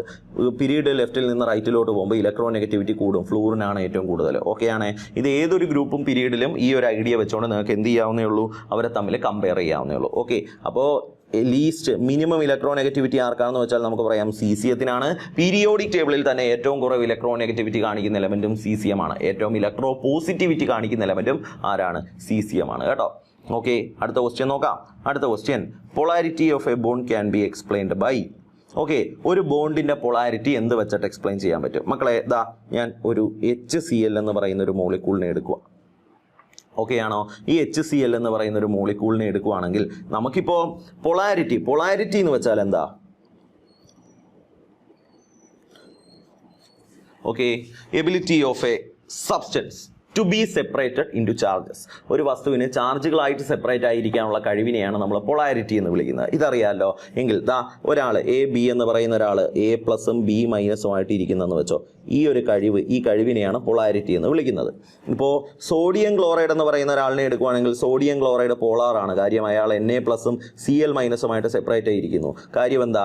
Na+ സോഡിയത്തിൻ്റെ അയണൈസേഷൻ പൊട്ടൻഷ്യൽ വളരെ കുറവാണ്. അതുകൊണ്ട് ഇയാൾക്ക് പെട്ടെന്ന് തന്നെ ഇലക്ട്രോണിനെ വിട്ടുകൊടുക്കാൻ പറ്റും. ക്ലോറിൻ്റെ കേസിൽ ക്ലോറിൻ്റെ ഇലക്ട്രോൺ അഫിനിറ്റി എന്ന് പറയുന്നത് വളരെ കൂടുതലാണ്. അതുകൊണ്ട് ഇയാൾക്ക് പെട്ടെന്ന് ഇലക്ട്രോണിനെ മേടിക്കാനും പറ്റും. അതുകൊണ്ട് തന്നെ നമുക്ക് പറയാം അയണൈസേഷൻ പൊട്ടൻഷ്യൽ കുറവായതുകൊണ്ടും. ഇനി എങ്ങനെയുള്ള ആളുകളാണ് പോളാറായിട്ട് ഇരിക്കുന്നതെന്ന് ചോദിച്ചാലേ ഇതാ ഇങ്ങനെ പറയാം നമുക്ക്. അയോണിക് കോമ്പൗണ്ടുകളുടെ കേസിൽ ലെസ് അയണൈസേഷൻ എൻതാൽപ്പിയുമുള്ള, അതായത് ലെസ് അയണൈസേഷൻ എൻതാൽപ്പിയുള്ള പോസിറ്റീവ് അയോൺ ആറ്റം, അതുപോലെ തന്നെ മോർ ഇലക്ട്രോൺ അഫിനിറ്റി ഉള്ള നെഗറ്റീവ് ചാർജുള്ള ആൾ ആറ്റം, ഇവർ തമ്മിൽ കൂടിച്ചേരുന്ന സമയത്ത് ഇവരുടെ പൊളാരിറ്റി വളരെ കൂടുതലായിരിക്കും എന്നുള്ള കാര്യം നിങ്ങൾ മനസ്സിലാക്കുക. ഓക്കെ ആണേ? ക്ലിയർ ആണേ? ഇനി ദാ ഈ പറയുന്ന കാര്യം ശ്രദ്ധിച്ചോ. അപ്പോൾ polarity of a bond can be explained by electron affinity ശരിയുള്ള കാര്യമാണ്. അയണൈസേഷൻ പൊട്ടൻഷ്യൽ ശരിയുള്ള കാര്യമാണ്. ഇതൊക്കെ അയോണിക് കോമ്പൗണ്ടുകളുടെ കേസിൽ പറയുന്നതല്ലേ. HClന്റെ കേസിലോട്ട് വരാം. ഇതൊരു കോവാലന്റ് കോമ്പൗണ്ടാണ്. കോവാലന്റ് കോമ്പൗണ്ട് ആയതുകൊണ്ട് തന്നെ ഇയാൾക്ക് പൊളാരിറ്റി കാണിക്കാൻ പറ്റുമോ? തീർച്ചയായിട്ടും പറ്റും. ഇതൊരു പോളാർ കോവാലന്റ് ബോണ്ടാണ്. എങ്ങനെയുള്ള ആളുകൾക്കാണ് പൊളാരിറ്റി കാണിക്കാൻ പറ്റുന്നത്? മക്കളെ ഇതാ ശ്രദ്ധിച്ചോ. ഈ ഇരിക്കുന്ന ആറ്റങ്ങൾ ഹൈഡ്രജനും ക്ലോറിനും ഇടയിൽ ഒരു പെയർ ഇലക്ട്രോണിനെ മ്യൂച്വലി ഷെയർ ചെയ്ത് വെച്ചിരിക്കുക. എന്നാൽ ഇതിൽ ക്ലോറിൻ എന്ന് പറയുന്ന ആളിന് ഇലക്ട്രോ നെഗറ്റിവിറ്റി വളരെ കൂടുതലായതുകൊണ്ട് ഇവർക്ക് രണ്ടുപേർക്കും ഇടയിലിരിക്കുന്ന ഇലക്ട്രോണിനെ ക്ലോറിൻ തൻ്റെ അടുത്തേക്ക് വലിച്ചു നീക്കും. അതിൻ്റെ ഫലമായിട്ട് ക്ലോറിൻ ഒരു കുഞ്ഞ് നെഗറ്റീവ് ഡെൽറ്റ നെഗറ്റീവ്, ഹൈഡ്രജൻ ഒരു കുഞ്ഞ് പോസിറ്റീവ് ഡെൽറ്റ പോസിറ്റീവ് ചാർജുകളും ഉണ്ടായിരിക്കും. ക്ലിയർ ആണോ? അപ്പോൾ ഈ പറയുന്ന കോവാലന്റ് കോമ്പൗണ്ട് പൊളാരിറ്റി കാണിച്ചത് എന്തുകൊണ്ടാണ്? Due to large electronegativity difference between the combining atom. അപ്പോൾ electron affinity polarity of a bond പറയുന്നുണ്ട്. Ionization potential polarity of a bond പറയുന്നുണ്ട്. Electronegativity polarity of a bond പറയുന്നുണ്ടോ? All of the above. ഇവർ 4 പേരും ഒരു ബോണ്ടിന്റെ പൊളാരിറ്റിയെ പറ്റി explain ചെയ്യുന്നുണ്ട്. അതുകൊണ്ട് option 4 will be our correct answer. Clear ആണോ? ഓക്കെ ആണോ? അടുത്തൊരു ക്വസ്റ്റ്യനിലോട്ട് പോവാം. അടുത്ത ക്വസ്റ്റ്യൻ നോക്കാം. The nomenclature of ICl is iodine chloride because. തന്നിരിക്കുന്ന ആളിൻ്റെ പേര് ICl. ഇന്റർ ഹാലജൻ കോമ്പൗണ്ട് ആണ്. ഹാലജനുകൾ തമ്മിൽ കൂടിച്ചേർന്ന് ഇങ്ങനെയുള്ള കോമ്പൗണ്ടുകൾ ഫോം ചെയ്യാറുണ്ട് കേട്ടോ. ICl. ഇതിന് അയഡിൻ ക്ലോറൈഡ് എന്നാണ് പറയുന്നത്. എന്തുകൊണ്ടെന്ന് വെച്ചാൽ നമുക്കിതാ പല രീതിയിൽ പറയാം. ഒന്നാമത്തെ രീതി size of chlorine is less than size of iodine. Okay, അയഡിനേക്കാൾ ചെറുതാണ് ക്ലോറിൻ. ചെറിയ സൈസുള്ള ആളായിരിക്കും എപ്പോഴും ഇലക്ട്രോണിനെ മേടിക്കുന്നത്. ഓക്കെയാണ്. Electronegativity of chlorine is greater than electronegativity of iodine. Electronegativity കൂടിയ ആൾ ക്ലോറിൻ, ഇലക്ട്രോനെഗറ്റിവിറ്റി കൂടിയ ആളാണ് എപ്പോഴും നെഗറ്റീവ് ചാർജുള്ള അയോണായിട്ട് മാറുന്നത്. അത് നമുക്കത് കറക്റ്റായിട്ട് ഓപ്ഷൻ 3 കാണാൻ പറ്റും. സോ മക്കളെ ഓപ്ഷൻ 3 ആണ് നമ്മുടെ കറക്റ്റ് ആൻസർ. ആദ്യത്തെ ആൾ തിരിച്ചാണ് എഴുതിയിരിക്കുന്നത്, അതുകൊണ്ടാണ് നമ്മൾ ആദ്യത്തെ ആളാണെന്ന് പറയാത്തത്. ക്ലിയർ ആണോ? എപ്പോഴും ഇലക്ട്രോനെഗറ്റിവിറ്റി കൂടിയ ആളായിരിക്കും ഇലക്ട്രോണിനെ മേടിക്കുന്നത്. അതുകൊണ്ട് അല്ലെങ്കിൽ ഇലക്ട്രോനെഗറ്റിവിറ്റി കൂടിയ ആളിനെയാണ് നമ്മൾ നെഗറ്റീവ് ഓക്സിഡേഷൻ സ്റ്റേറ്റ് കൊടുക്കുന്നത്. അതുകൊണ്ട് ക്ലോറിൻ ക്ലോറൈഡ് ആയിട്ട് മാറും. അയഡിനും ക്ലോറിനും തമ്മിൽ കമ്പയർ ചെയ്യുന്ന സമയത്ത് ഇലക്ട്രോനെഗറ്റിവിറ്റി കൂടുതൽ ക്ലോറിനാണ്. അതുകൊണ്ടാണ് അയാൾ എന്തായിട്ട് മാറുന്നത്? ക്ലോറൈഡ് ആയിട്ട് മാറുന്നത്. ക്ലിയർ ആണോ? ഓക്കെ ആണോ? സോ മക്കളെ ഇത്രയും ചോദ്യങ്ങളാണ് ഈ ഒരു ചാപ്റ്ററിൽ നിന്ന് നമ്മൾ ഡിസ്കസ് ചെയ്യുന്നത്.